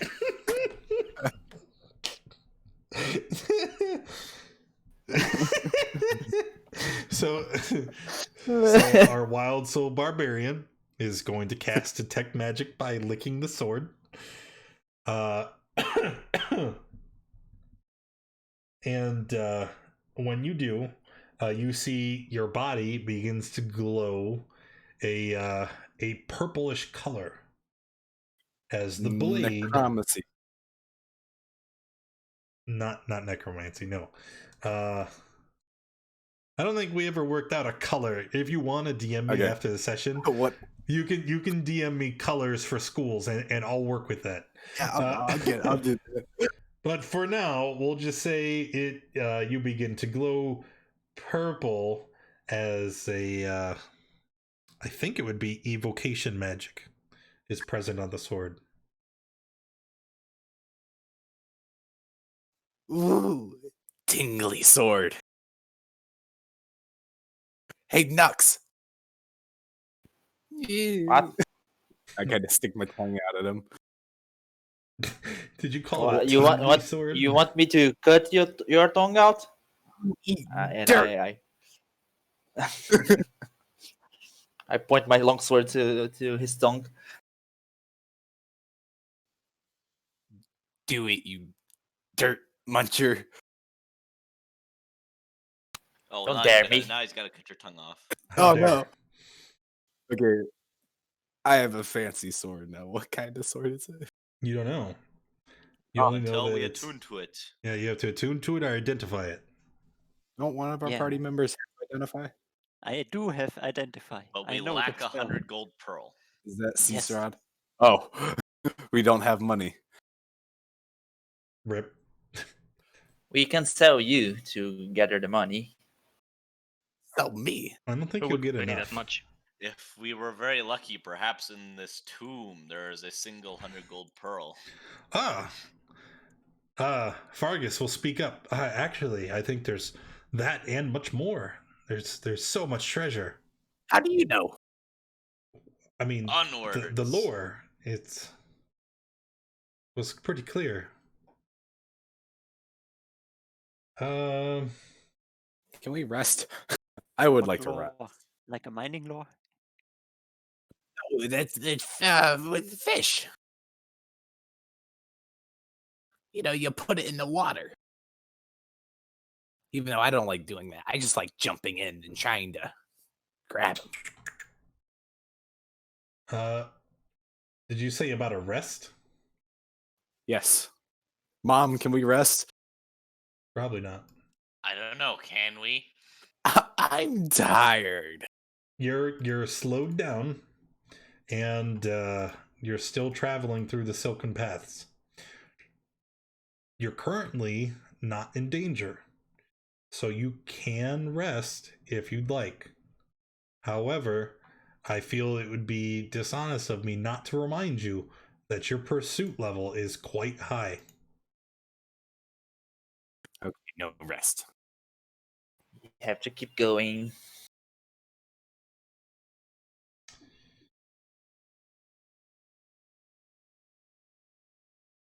Ah, there it is. I already had it open. All right, give me one moment while I adjust this.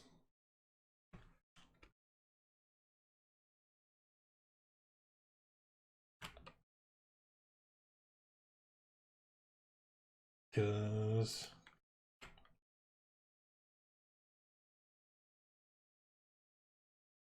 oh no. All right. So as you guys continue, Fargus keeps moving you ahead and directing you forward. Eventually, he brings you through a narrow tunnel, and up ahead, you can see built into a large crevice. You see a monstrous building that seems to have fallen. The outside is cracked and crumbling in places. And from its architecture, you can see that it was not originally designed to be here. And Fargus begins to intone. You see, this used to be here a long time ago. How much do you guys know about Netheril? Not much. What? Where's the treasure? It's in here. It's in here. We found it. Don't. Sabrin just looks at Fargus. I don't think they care. I know Durg knows nothing of Netheril, and What? not likely to get much better with any of the rest of them. Well, Maybe Zestrod. He points to the ceiling, and you can see that the cavern goes far up ahead. You can't see to the top. He says, "You see, Netheril, they used to have these flying cities, but they did a lot of really bad things. I know that there were necromancers and liches that called Netheril their home, and I'm a little foggy on the details of What's a lich? A lich? A dead wizard. Yeah, I think that's a good way to put it. They're like wizards. But they can't die. They live forever as long as they feed souls to their Zestrod, are you a lich? Don't That sounds think like so. the guy who gave me my power. Huh? Huh? You have powers? A few of them. Wait, you mean I'm not the one?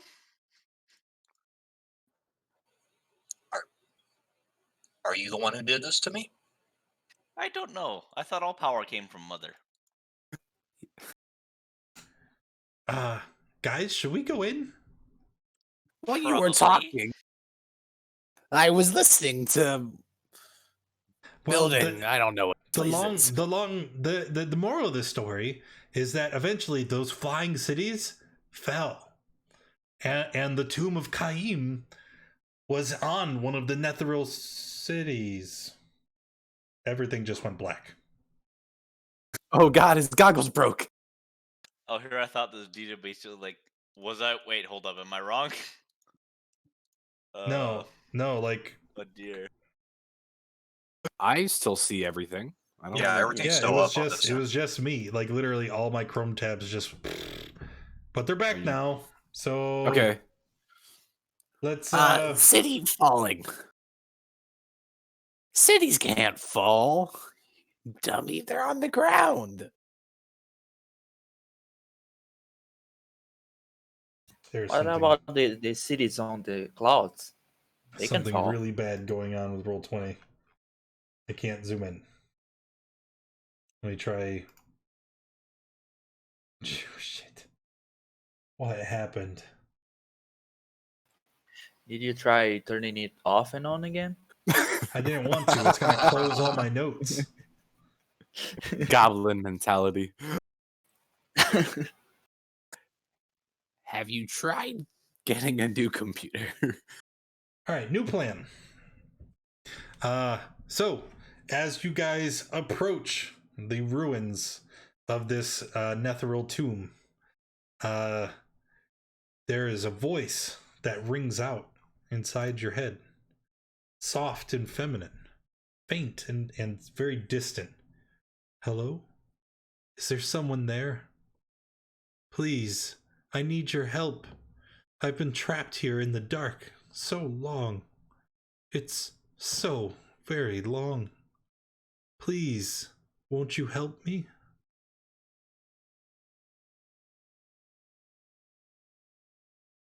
All right, everyone into the giant building. Who's talking? There's crazy ladies in my head. Weren't there always? New ones?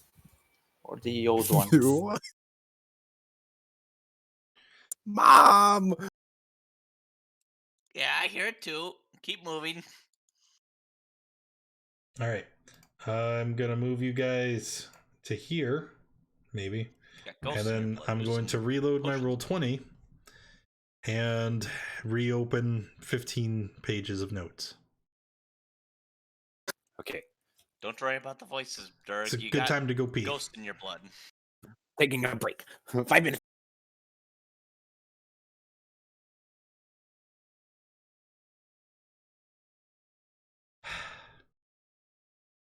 Wow, roll 20 reloads. This is a great time to draw everybody's attention up there. We're through the month of September, October, and the start of November, raising money, Children's Miracle Network hospitals. If you'd like to donate, check out the extension under the stream. Go into the event announcements in the Discord. You can see all the raffles and giveaways that we're doing, all the fun stuff we have to try and claim, and where you can donate to enter some fun games and other events that we're holding through our Fall DaddyCon. So definitely check all that out. And all right, roll 20 is back up. So now let's open notes.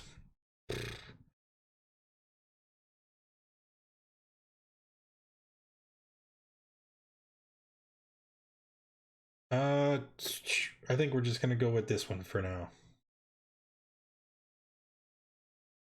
Though the map is still super pixelated for me.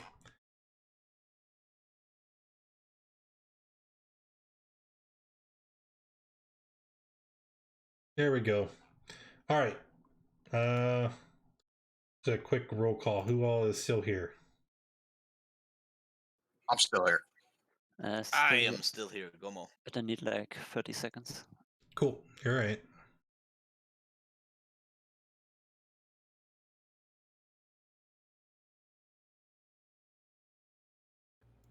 Didn't use duration. Okay. Just some general information as you move through the first door and into the tomb. And Wojtek, I wouldn't go running off until I give you the the description. Ceilings in all these passageways are 10 feet high, 5 feet high in hallways and corridors. The doors to the tomb are 10 foot by 10 foot slabs of solid marble, encased with bronze. The bronze is turned green with age, and as you pull on it, it pivots on a central axis, creating narrow openings to the left and to the right of the center. The door is very heavy and would require someone quite strong to open, but I know with Durg and Nux working in tandem, they would not be an issue. Also, as you open the doors to the tomb, you see that the entire area is brightly illuminated with a sickly green light, as the entire tomb is suffused with Berzers. Uh-oh. Uh-huh. And walking into the first chamber, you can see there's a stone diorama stands to the right of the entrance. You can see on this diorama there is a what looks to be a noble surrounded by attendants and servants, and in this little display you can see various signs of money and influence. Piles of coins. There are tapestries that are depicted in the back of the wall of the diorama. There's a throne that is made of gold. And on the wall behind the diorama is a mural depicting floating cities that cover the walls all around to the left and right of the entrance. Up ahead of you, there's an empty stone torch sconce that sits in front of a dusty staircase that defends down into the darkness.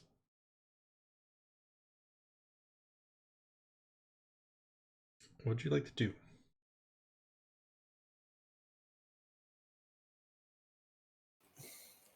I'd like to head down the stairway. Sure.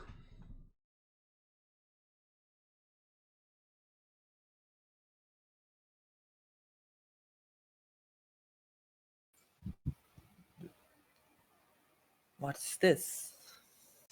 It as you move forward, you see there are more statues and depictions here. The one at the base of the stairwell once again shows what appears to be a woman, but this time it looks like the same figure from the first diorama, but on this one she has both of her hands extended above her head, and in one she's holding a staff, in the other a sword.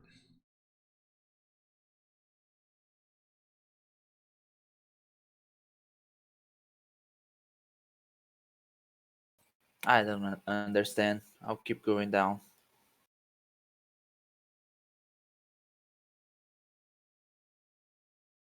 Okay.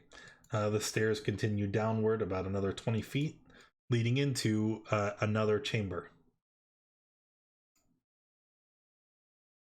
This chamber, you can see there are dusty tapestries that are scattered along the floor, having fallen some time ago from where they had once hung on the walls. You can also see that there are more pictures that have been carved into the walls that have been defaced. Whatever the pictures were that had been carved into the stone of this chamber, you can't tell. As you can see, there have been several long and deep gouges that have been raked across these pictures an innumerable amount of times, rendering whatever the image once was unrecognizable.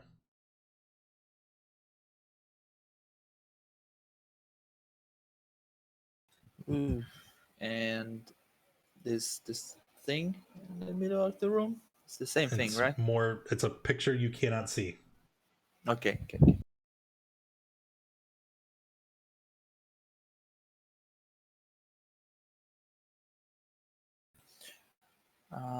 Where do you guys want to go? Straight ahead or to the right? I didn't get moved to the downstairs. It's because you moved back. Okay, thank you.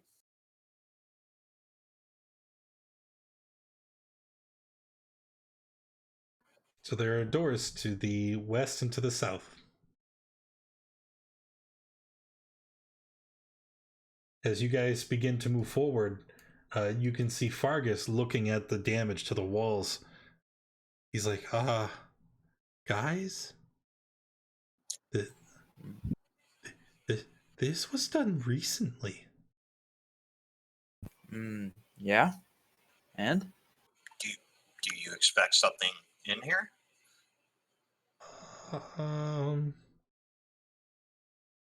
And if you want the treasure, we'll have to deal with it. Either that, or we go back to the spiders. Can I have my breastplate back? Well, let's see. You have a dagger. I think the one with the breastplate has a longsword. It's more useful there. I can give you my chain shirt if you want. Not the breastplate. It's mine now. He takes the chain shirt and begins to slip it on. Good. What's it gonna be, folks? I'm gonna open this door right here. All right, remember, the doors are heavy, made of marble and bronze.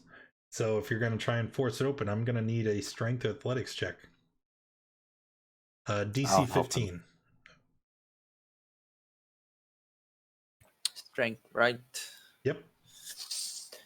Okay. Do I get some help? Can I get some help? Yeah, I'll help. Okay. All right. So you slide the door open, and you find yourself looking into a small chamber, maybe 20 feet wide by 30 feet long. And in this chamber, there are 4 stone sarcophagi. The lid of each sarcophagus bears a sculpted image of a robed human figure in repose. What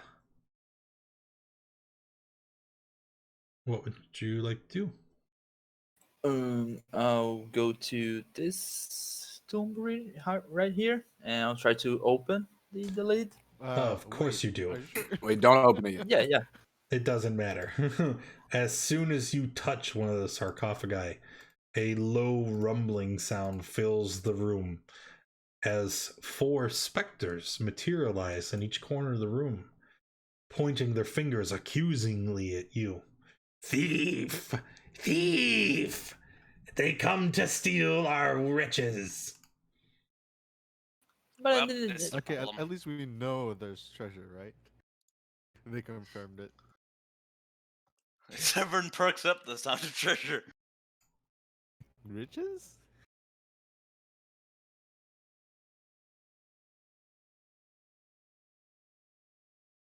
1, 2, 3, 4, 5, 6, 7. There we go. Sovereign, you are up first.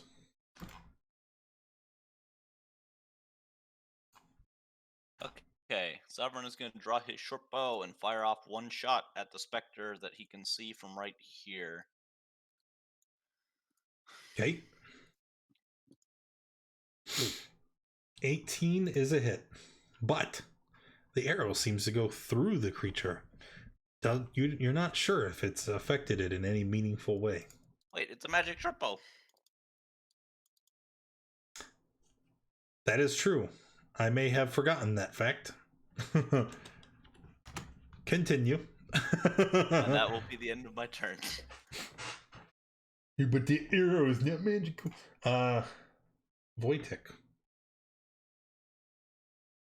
Seeing that he hit it with an arrow, I'll try to stab it. Yeah. Wait. Oh, the one to the below you there? And the one below me. Okay, so I'm sure it'll work fine. you managed to stab it, but it doesn't hurt it in any way that seems meaningful. I will step back. Then that is it. Flash. Oh god, I know what's coming. I was thinking about that, but I don't know if I want to use it yet. Oh, I know what's coming. Okay, let's do it. Oh, you're Let's the go worst. inside. And let's be a monster. Channel Divinity, turn undead. Listen, your Severn is very attached to not being dead. They have all failed.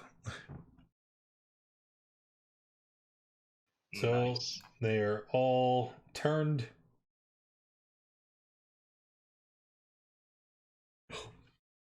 And that's your turn, right? Yeah, that's all. Hux. I saw Wojtek attack not doing anything, right? It's not that it didn't do anything. That was me trying to prompt you that they have resistance to physical damage. Okay.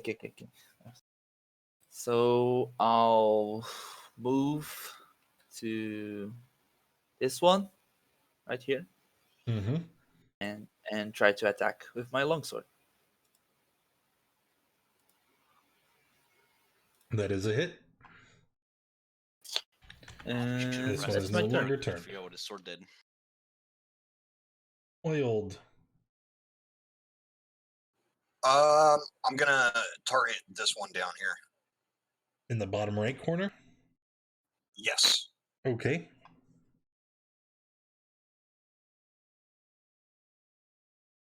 Uh, 17. That's a hit. 4. And this one is no longer turned. Oops. Sorry, guys. That's the end of my turn. All right. Specters. 2 of 4 are no longer turned. This one will fly right up here into the group. And here we go. Spectre number 1 is going to life drain on Nux. 13? It's a miss. Of course. Spectre number 2.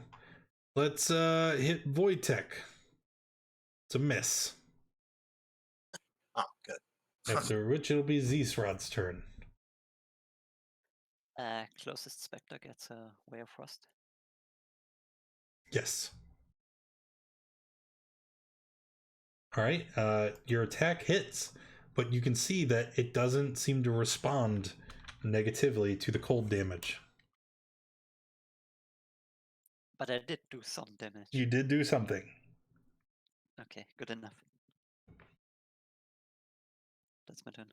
Durg. Wait, what is Farglemumph doing? What is he? Is he just chilling in the back? He's cowering. Yeah. He already did his part of the job. He led you guys here. Note to self: stab Fargus. What? Fargus is the goodest boy. What are you Dibs doing? on his goggles when we do. I'm going to attack the Spectre with my new longsword.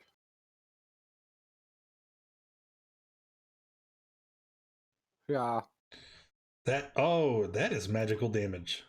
Okay. it is. You know it's a magical weapon. I know it's magic. I've got a sword before that just lights up when I use it. So, you know, it could be anything. Hey, even if it just lights up, that's still magical. That's Cool. all right. Finished? That's it. Yep. Sovereign. Sovereign shall fire another arrow. My last one. Oh no. I'm gonna have to go find those Kuatoa again and buy more arrows. That is a dead specter.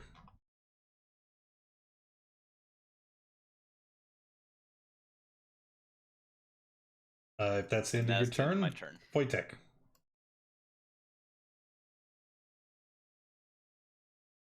And stab it. And miss. You That's did. it. Yep. Flash. I don't know if I would know this, but I'll attempt to toll the dead.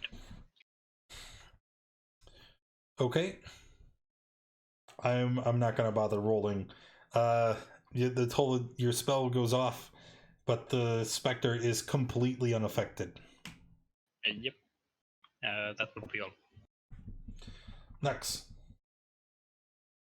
Okay, attacking with the longsword again. And missing completely. Yeah. Definitely a miss. And that's my turn. Back to oiled. 1, 2. All right. I'm gonna attack the northeastern one right there that Nux is targeting.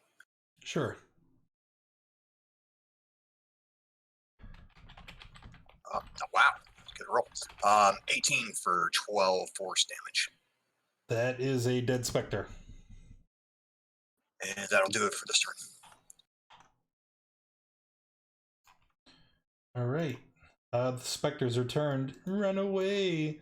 Very scary. They're just trying to get away from Flash. Ceaserod?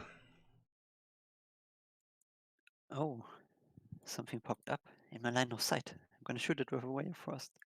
Oh no.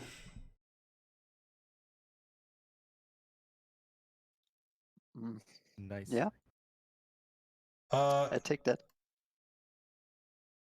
yes. That is a hit. The specter is no longer turned. That's my turn. Durg. I'm gonna run up and scream and hit him.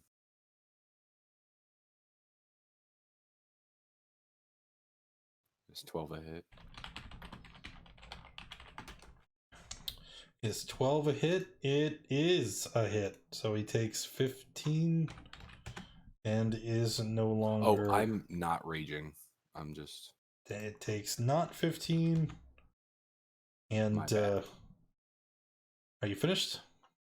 Yep. Cool. Sovereign. Sovereign enters the room to finally see what's going on. I shoot that one with a mundane hand crossbow.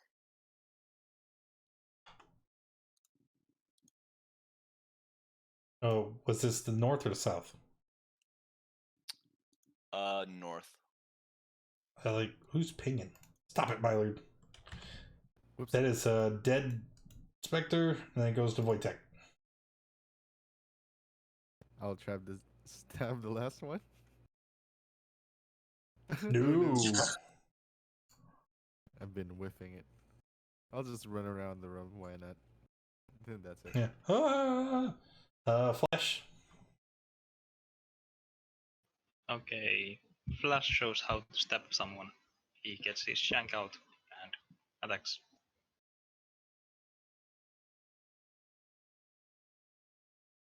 Yeah, that's a hit for 6 and a dead specter, which would end combat. Hey, Mom. Yes. Okay. You know those sticks that you fire? Yeah. Why don't you just make more? Because I don't have the bits for it. I mean, it's like a stick. You just, Yeah, but you need the feathers or they go wibbly wobbly. feathers. No. What'd you guys like to do now? Loot the I'm- sarcophagus. I'm opening the coffins. Yeah, I was just about to say finish that. finish what we started.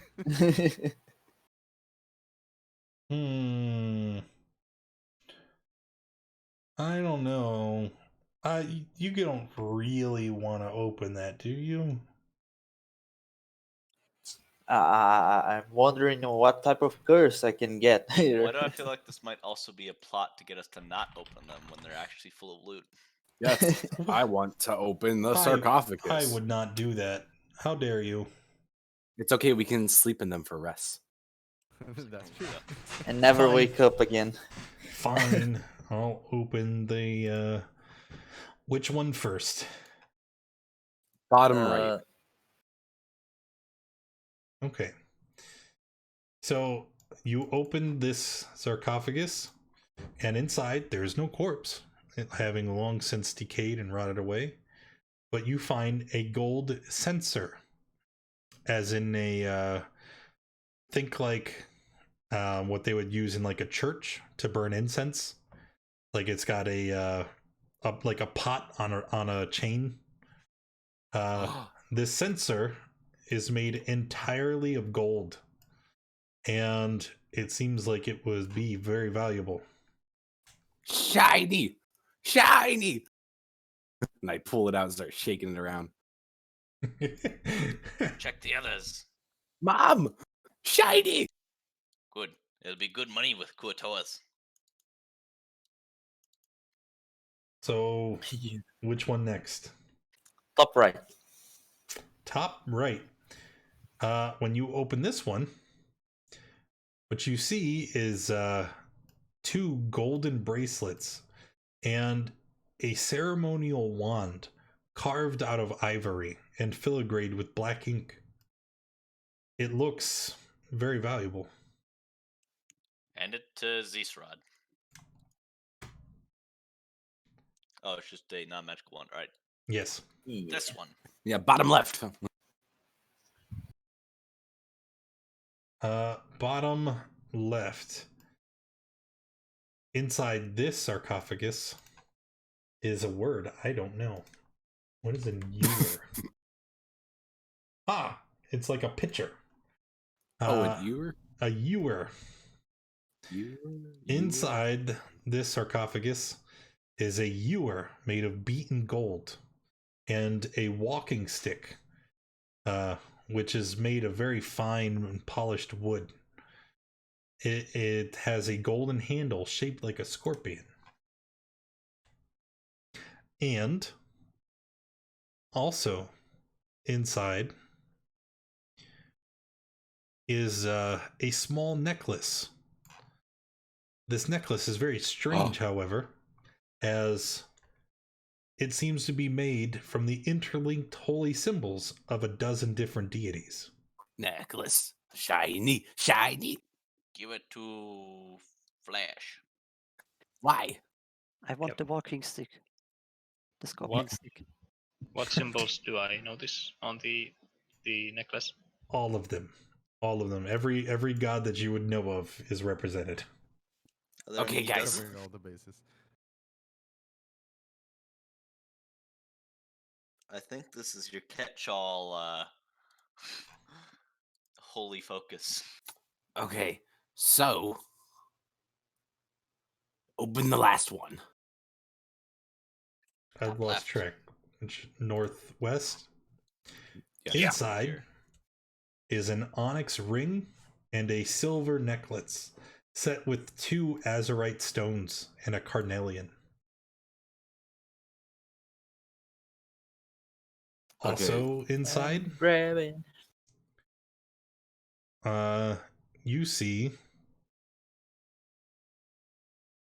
there is a bouquet of flowers that was set with this corpse.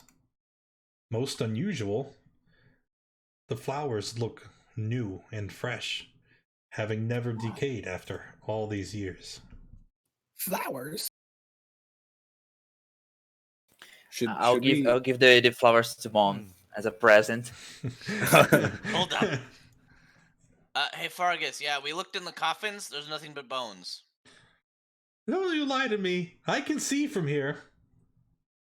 You can't, you're short. Also, that one was literally holding something above his head and shouting, "Shiny, shiny!" I was screaming. Should we just add all the gold together and divide it? That's a you problem. I don't care. Well, I'm already adding. I'm just saying we don't need to actually take the items. We can just take the gold amount. Unless someone wants swag items. Okay. Together, it's 725 gold. Or at least that's what I got. Durg, I thought you Hey, couldn't count. Sovereign, what's your passive This score? isn't Dirk counting. This is late counting. Yes, Sovereign. As you lean into the room and observe all of these treasures being removed from the sarcophagi, what you see is there is the sarcophagus in the southeast section of the room. It looks like it's been built on top of rollers and can probably be moved. Hey, everybody, get back in here. What? Durg, as you leave the room, you hear the same female voice as before. No, don't go. I'm in here, down below. Oh, wait. Crazy this lady, room? get out of my head! Oh, I thought you meant in this room. I was like, that doesn't look like There's no southeast, sarcophagus in that room. but I thought it was the slab. I'm like, it doesn't look like southeast, but whatever. Durg. Durg and Nox, move that sarcophagus. I'll do it all by Okay. myself. I'm a strong boy. And then you go ahead. I want to push it out the way. Okay, you push it aside. There's a small like 3 foot by 3 foot door set into the floor of this chamber. And there's a pull ring where you could lift it up. Mother levels a hand crossbow. Open it.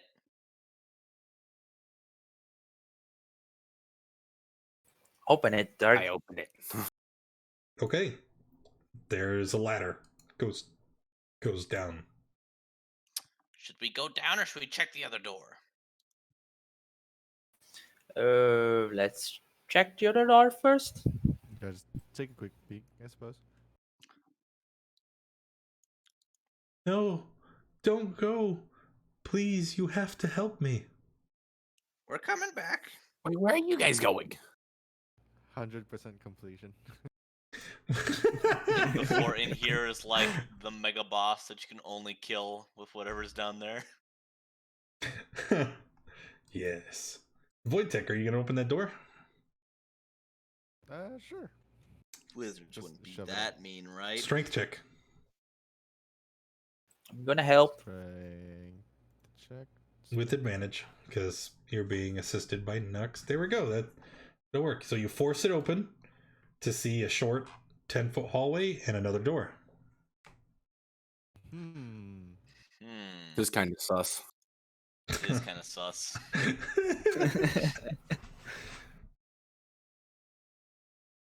This is like those stages in Mega Man. Clearly the before boss final room. boss. That's why there's 2 doors. Yeah, this is we're going backwards through the progression of the dungeon. We have to go the other way.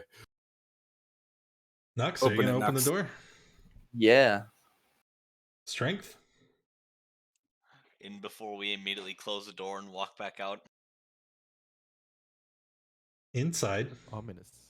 you see stone blocks standing against the western and eastern walls are carved into niches, inside which rests a dozen clay canoptic jars containing the organs of whoever's interred within this tomb. As you walk inside, there is a wide stone sarcophagus atop a black marble bier. The lid of the sarcophagus is inlaid with dust-covered mosaics, depicting great floating cities high above a beautiful landscape. The lid of the sarcophagus looks incredibly heavy. Call Florgan Florb. What? The goggles. I can't for the life of me remember his name. I like Fargus Rumblefoot! Yeah, that's what I said. Fire goggles foot. Fargamander. Short man. Oh. Get in here. He's looking into the room. No, I think I'm good from here. Look, there's cities. Sure. Did you find anything of use? There's treasure. There's jars. Lots of Let's jars. come back here on the way out. What if we don't come this way out? That is a point. I mean, There. here, let me.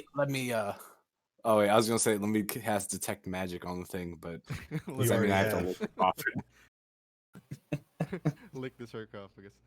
I'm thinking about it. Can you? Just I thought, isn't that once per day or? No, it's equal to my con mod. Oh, so Which you is still 3 have several times. uses. Well, Yes. yeah, go for it. Go detect the magics. I'm gonna go tiptoe up, and I'm just gonna kind of get real low.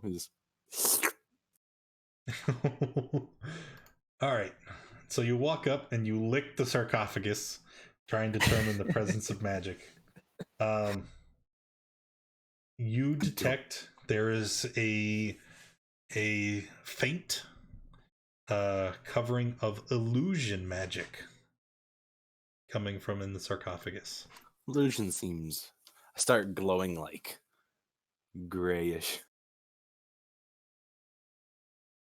Guys, it tastes fake. Fake. well, it's better than necromancy, I guess. So the sarcophagus is fake. No, Yes. the sarcophagus is real. It's Something real. inside the sarcophagus is fake. Wow. Then Nuts, are let's you open the thinking- sarcophagus. Open the sarcophagus. Yeah. We open the sarcophagus. Guys, get in here in case something tries to kill us. We need people. So, Nope. you reach out, you grab the lid of the sarcophagus, you begin to lift it up, and you realize something. This What? is a huge stone sarcophagus, right? You expected it to be incredibly heavy, and it's not. It's fake. It's like a feather. So when you lift the lid, you practically fling it into the ceiling, right? As this happens, a voice booms out. You have disturbed the tomb of Brisis of Caim. Accursed are you all, most miserable of creatures. Every creature inside this room every creature inside this room needs to make a charisma saving throw or be cursed for the next 24 hours. A charisma save, you say? That is Oh what my God. I said. Oh, damn it. Oiled and Nux and Wow. Wojtek. The three of you are cursed. For the duration of this curse, you have disadvantage on attack rolls and saving throws. You can repeat the save after 24 hours has elapsed, ending the effect on a success, continuing for another 24 hours on fail. That is super bad. Oh no. Oh no. This is pain. But what's inside the sarcophagus? What's inside the sarcophagus? Nothing. It was the ultimate prank. Yeah, there's nothing. There is a statue, and inside the statue, aside from the statue, there is nothing in. I Pick up should the pick up the statues. statue. Well, I mean, it's a statue. It's made of heavy stone, and it's affixed to the very heavy sarcophagus. You can't pick it up. Leave this place. See you, Samaj. But what was the fake thing? I don't know. Do I still know where the illusions? I assume it's the lid. If you're still detecting magic, yes, the lid is illusory. And actually, the spell itself that just affected you was also illusion based.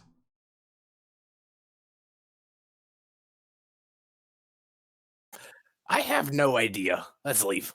It wasn't me.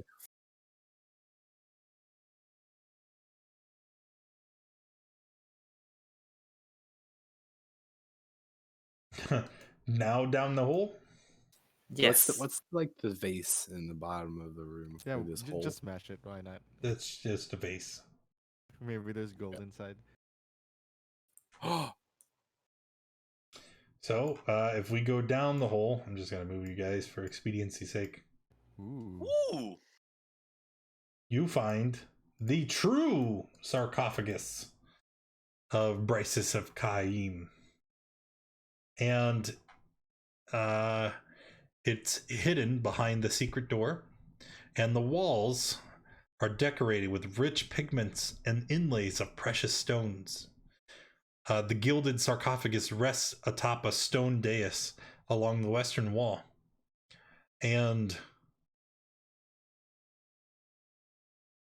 what would you like to do? Where's Fargus? Did Hiding. he not come down with us?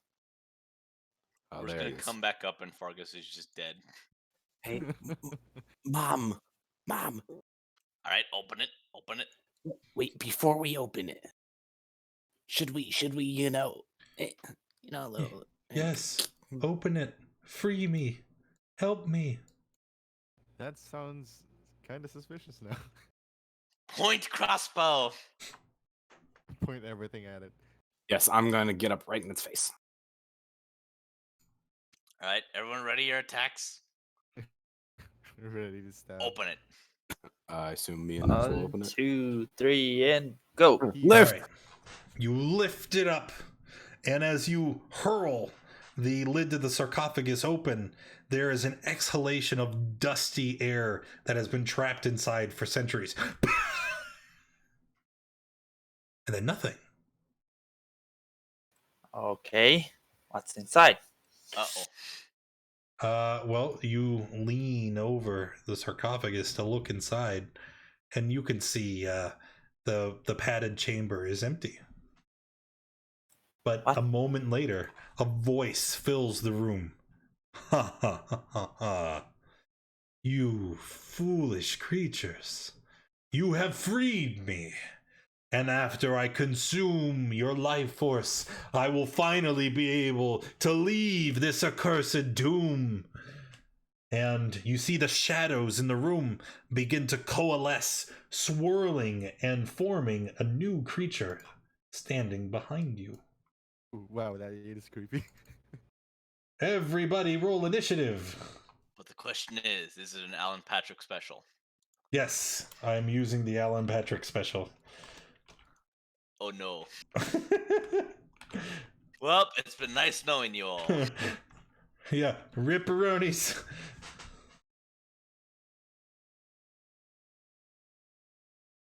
Good thing I still have a single magical arrow. Ah, yes, indeed. That will save you, I'm sure. Oh my god, my initiative rolls today. Hey, it's your toy. Ooh. No, don't you boo me. Zisrad. Oh, and I debated the turn undead earlier too. Oh no. Okay.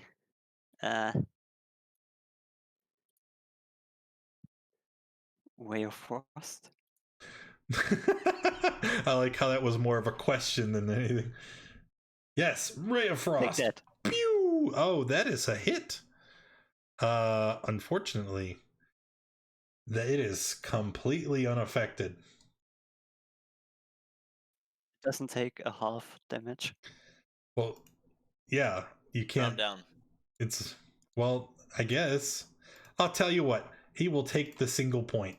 It is mildly inconvenienced by your Ray of Frost. Now I can use Fury of the Small and double my damage output. Oh, accursed goblin! You fell into a trap. Quick, everyone beat it. Durg. Well, I mean, you could, but he's also standing adjacent to the door. I'm going to rage. She. Bryce's is a she. Bryce is gonna die. I'm going to rage and All right, looking let's for see my that magic. wild magic roll. Oh, wait a minute. Wild magic roll. You cast a spell in the Phaserus. Me? Him. All right. 5. What's I that didn't mean? link it. 5 is is plants. plant life. Plant Hey, life. it's all difficult terrain for nobody. Because, For him. well, no, they fly. It's a ghost. They don't care I'm about not gonna put an aura. goofy then. grass. There's no point. I'm not keeping an aura then. That's fine. Then I'm just gonna attack him. Yes.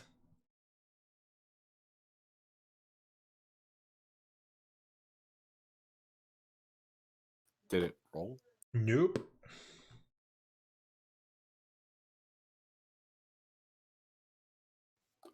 There we go. And So I'm 12 going damage. to Fury of the Small. Didn't you do it that upstairs? Plus. No. I can't keep that track of was- who's used it and who hasn't because everybody has it. Well, it's on their sheet if they use it. Someone else said, I'm using it. All right. take So advantage. he takes it and then you're done. Yes. It's her turn. And who are we going to attack? Oiled. She raises her hand and she just simply holds it out in front of you. Her fingers splayed, palm in front of your face. And as she does, you could feel your essence being drained. Oh no! Is that a hit? Yeah, that's a hit. Ooh. Oh! Ooh. No! Holy cow! Con save or die. Oh. Oh God! Please don't die. All right. With disadvantage. Oh, Oh no. What? Oh, you're cursed! Cursed. No! Goodbye. Oh no! Oh, do we watch him just get? Yes. Works for the thing now. Really? Oiled returns to the specter. Okay, so it holds its hand out. You see Oiled, his tiny frame, his arms splay out, and you can see his skin begin to recede as all of his health and vitality is taken away from him. A moment later, a skeleton drops to the ground with just the tiniest vestige of flesh still clinging to the bones as Oiled is slain. Nice. Wojtek. Yeah, nothing much I can do. It's just poke at it with a stick, sure.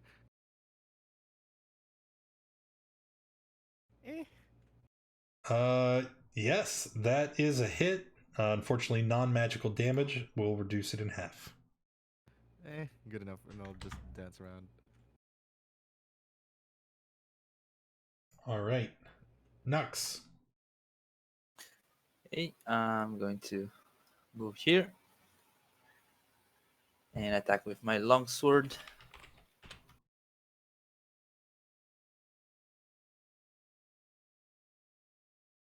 Give me 1 second. All right, longsword attack, please. Are you at disadvantage? Are you cursed? Yes, you are. Yes. It doesn't matter. 14 is a hit. And So we have 6 damage. okay, and I'll disengage with my bonus action and move back a little bit.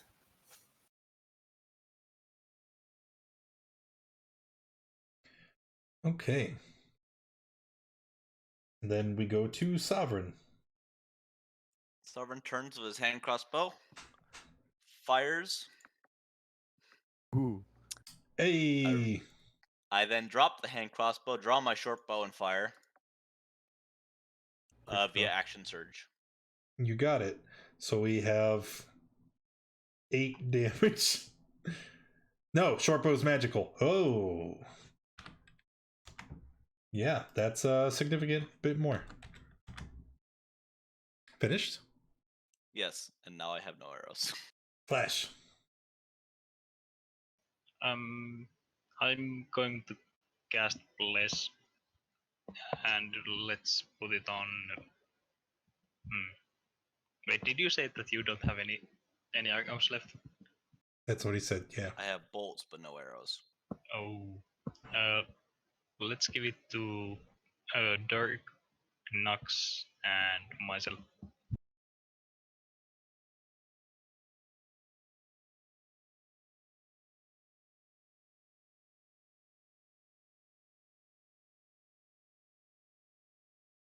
Okay, so that was, if you guys, those that are just afflicted by the bless, you can mark yourself with the angel wings, it'd be great. And then we go to Zisrod. Yeah, options kind of limited here. Way of Frost again. That's a hit. Take it. Not bad. Finished? Yep. Durg. I'm gonna hit him again. Oh, and you have a magical weapon. Ah, that's a poop roll. Don't say it like that. It makes me sad. Ha ha, poop. And then she's gonna go through you. What? She's incorporeal. He even says it right here on the sheet. So she's going to move to the opposite side. And once again, she's going to put her hand out. And this time in front of Wojtek's face. And as she does, she screams with delight. Your soul is mine. 21 a hit. Yep. 28 Oh, necrotic. Yeah. 14. Need to make a con save. Plus, does that count? Oh, and this is disadvantage, but with bless, right? Is that Yes. how it works? Yes. Yep. You didn't have bless. Oh yeah, you're not blessed. Oh, okay. So it's just a con save with disadvantage. Oh god. I think You we might guys be had about to go- see 2 deaths. Oh god. Nope. He Oh, passed. Oh no, he did it because he's got Oh, he did disadvantage. fail.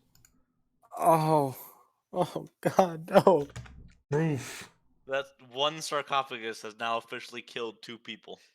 You guys, I told you shouldn't have did that. So Wojtek also, you see his skin begins to recede. His hair starts falling off in clumps as he withers and dies. Wojtek is dead. Nux. Nux going to move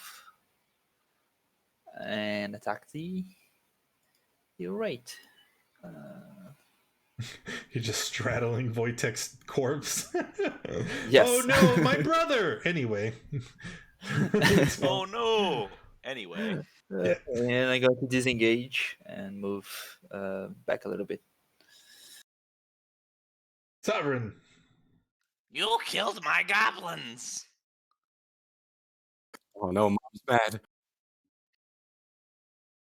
19 is a hit. Imagine a bugbear would look really weird being life drained, like bones and fur and. Look. Finished. Yep. Flash. I mean, Wojtek is dead now, so I guess burning hands. Oh, no. All right, Dex save. Passed to take 7 damage. They are also resistant, so reduced even further. Oh no. That would be all.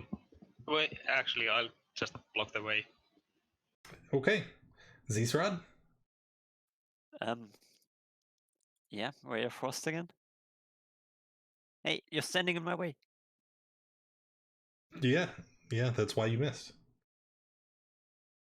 Derg, it all comes down to you. Do not let this thing attack again. Magic sword boy, kill it. It's a lot of. Mother's inspiration was all that was needed. So, as you stab her, she shrieks "Ah!" as the spirit dissipates and combat is over. Wake up. We won, but at what cost? Well, You know, if only one of us could cast Revivify. And we had Flash. the money. Ash, fix him. F in chat. Well, good point is that only people that were cursed died. Yeah, so the curse is a non-issue now. That's good. Nothing of value was lost. so what would you guys like to do? We gotta take their stuff. We need it. Let's What see did if, Voight have on them? if 4 goblins eat a bugbear, is that cannibalism? Yeah. Goblinoids. Yeah. That really is. All right, here. I'm gonna take over, right? So the party is sad. They mourn the loss of their friends. But they can't forget why they're here. Especially since Fargus makes it a point that well, we can't just let their sacrifice be in vain. And he goes and examines the sarcophagus. As he examines the sarcophagus, he reveals a hidden compartment. And When he pulls the compartment out, you see it distinctly. It's a treasure chest. I want to murder the guy with the hat. Does the chest have teeth and a long tongue? Poke it with a sword. It's a regular chest. Nothing bad for now. I'm going to open the chest. Well, inside the sarcophagus, you see there is a number of items. There is, well, I will put these into the chat first. No, I won't. My mouse is on the wrong profile, so I didn't actually copy or paste anything. There is a large number of coins. 4,000 silver pieces, 1,200 gold pieces, 11 zircons worth 50 gold pieces each. And then there are several more objects inside this chest, this false bottom. One you can see is a it looks like a golden sword hilt. And as you open the chest, you hear the female's voice again. Yes, please, free me. What? Also, It's the sword talking. Also inside the chest is a golden chain necklace. And this necklace has several red orbs hanging from smaller chains in the front. There is a potion with a reddish liquid inside.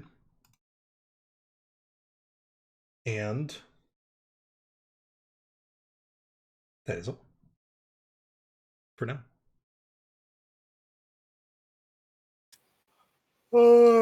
I'm grabbing the sword. The sword hilt. Right? Golden sword hilt.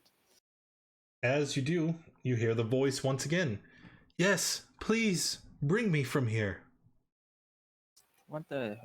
Here, give Where? it to mother. Wait, What's let me lick it. this thing talk to my head? All the things. No, you won't leak my. Yeah, Fargus, why don't you pick up oiled over there? Oh, yes, I also forgot. Inside, in addition to all the coins and gems, there is a number of pearls. Yay! All worth 99 gold. 99 gold and 9 silver pieces, No, 9 no! coppers. There are 500 gold piece pearls. Flash! All right, let us take a break. And then whoever's got to identify, figure out what Dorg's sword does and what this new thingy is. Hey, Mom. So you're going to take some time to ritual cast identify. Is that what I hear? Yeah, but the pearls aren't consumed. No, I know that. But I was asking for a different reason entirely. So, as we sit here in this bear's rest infused area and cast a spell, dang, I was hoping, you notice something unusual. The Fair's Rest hangs in the air, but with the corpses of your friends lying on the ground, you see that their bodies begin to glow.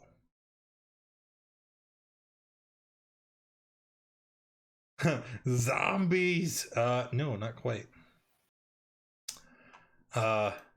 As the greenish, sickly light from the Fair's Rest seems to permeate Voitech and Oiled, you can see their body begins to distend, almost as if they're unwithering. But there's something wrong. The color of their skin is changing, shifting from the brownish hues they were before into something more akin to gray or green.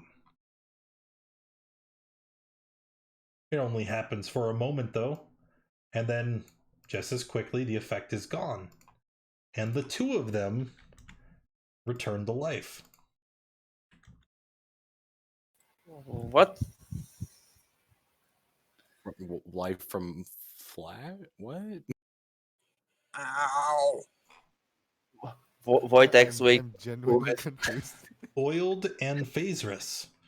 And Voitech. I need you both to roll me a D100, please. I A think D100? the gods have done something funny. A D100. Give me a minute. I had to reload roll 20. Oh D100, boy. Okay.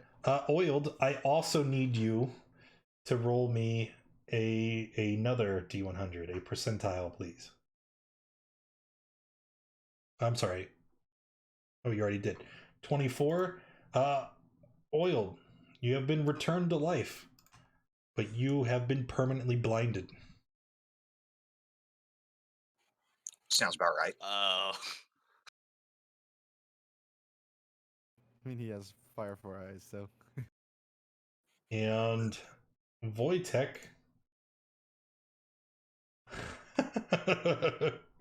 Voitech. As you return to life, you think you are fine for the moment. However, and these are permanent. These are indefinite madness. Periodically, you suffer vivid hallucinations, and you have disadvantage on all ability checks. Oh no. Might have Oh. been better to let- And he just got his thief tools. Oil literally Unfortunate. can't see. Like, Oil's blind, and Voitech is crazy. So- Strange, really. Either way, can we do the thing that we talked about earlier? Oh yeah, quickly. Figure out what Dorg's sword is. Wait, No, that's not. Your friends They were said it. just returned from the dead by some goofy light, and you're like, and you're like, "Wha- Whatever. Screw them. There's loot to be had." No. I mean, they're not dead. Doesn't sound like a problem anymore. Mother, is that you? I can hear you, but I can't see you. Yeah, just sit down. We're taking a break. Are you taking a rest inside the Fair's? Is that what I heard? Well, is the Ferris Res specifically just inside this building? The entire area is permeated by Phaserus. Yes. So if we were to go outside the building, we'd be fine. You're still in the area of the Phaserus.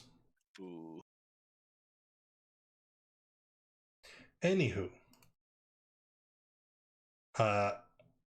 Is Zeesrod casting Identify? Is that what I heard? On what? Well, we have a necklace, a potion, Durg's sword, and the sword hilt. Ah, So right. that's 50 minutes. 50 minutes of ritual casting. Okay, let's go. 40 minutes. Wait, why the potion? Oh, we don't actually have to. Do we have to identify a potion, or can we test it to figure out what it is? I mean, it's a potion in a red bottle. Speaking of All right. healing. Whoa. We got 30 minutes.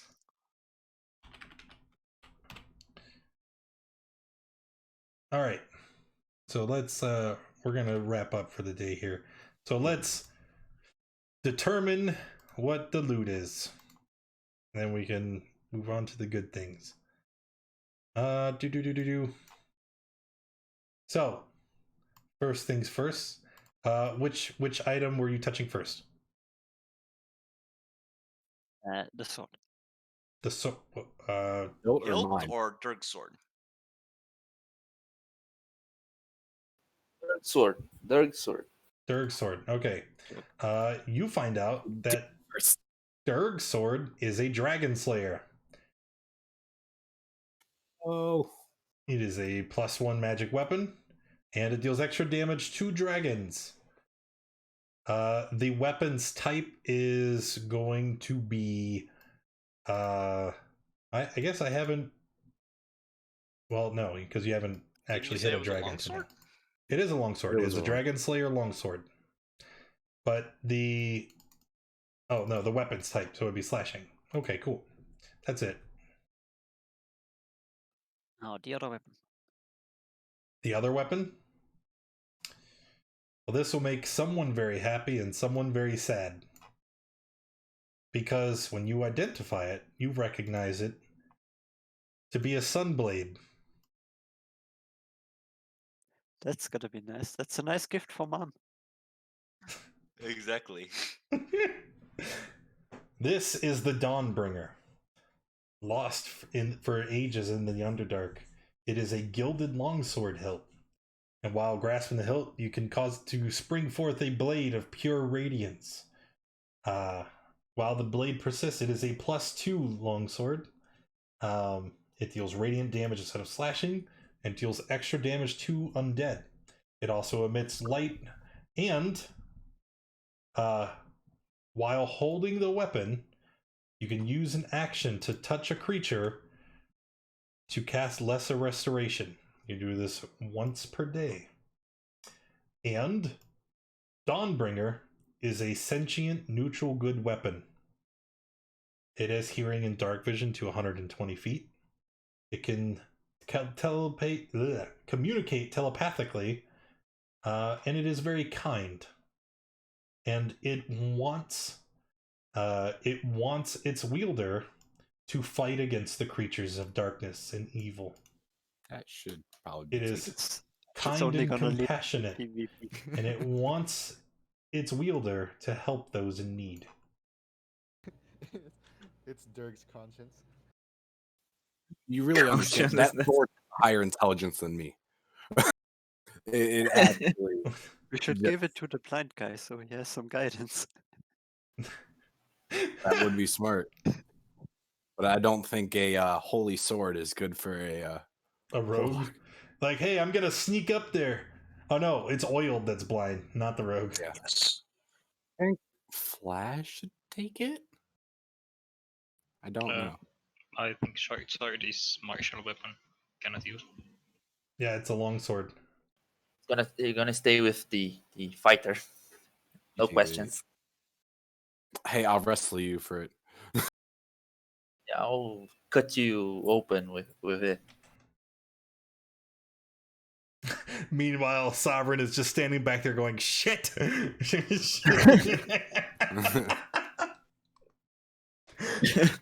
Literally just open. The second you activate Sovereign, just looks at you. My eyes! Turn it up! You're hurting Mother! Alright, and then the necklace, right? That's the last thing? Necklace. Hey, Zsrod, go ahead and roll a d6. 2. Could be worse. That is a necklace of fireballs with 5 beads. Oh no. Yeah. Give it to the blind guy. Worst case scenario, you could just kamikaze and blink. Who should take that? Is he Shadow Flash?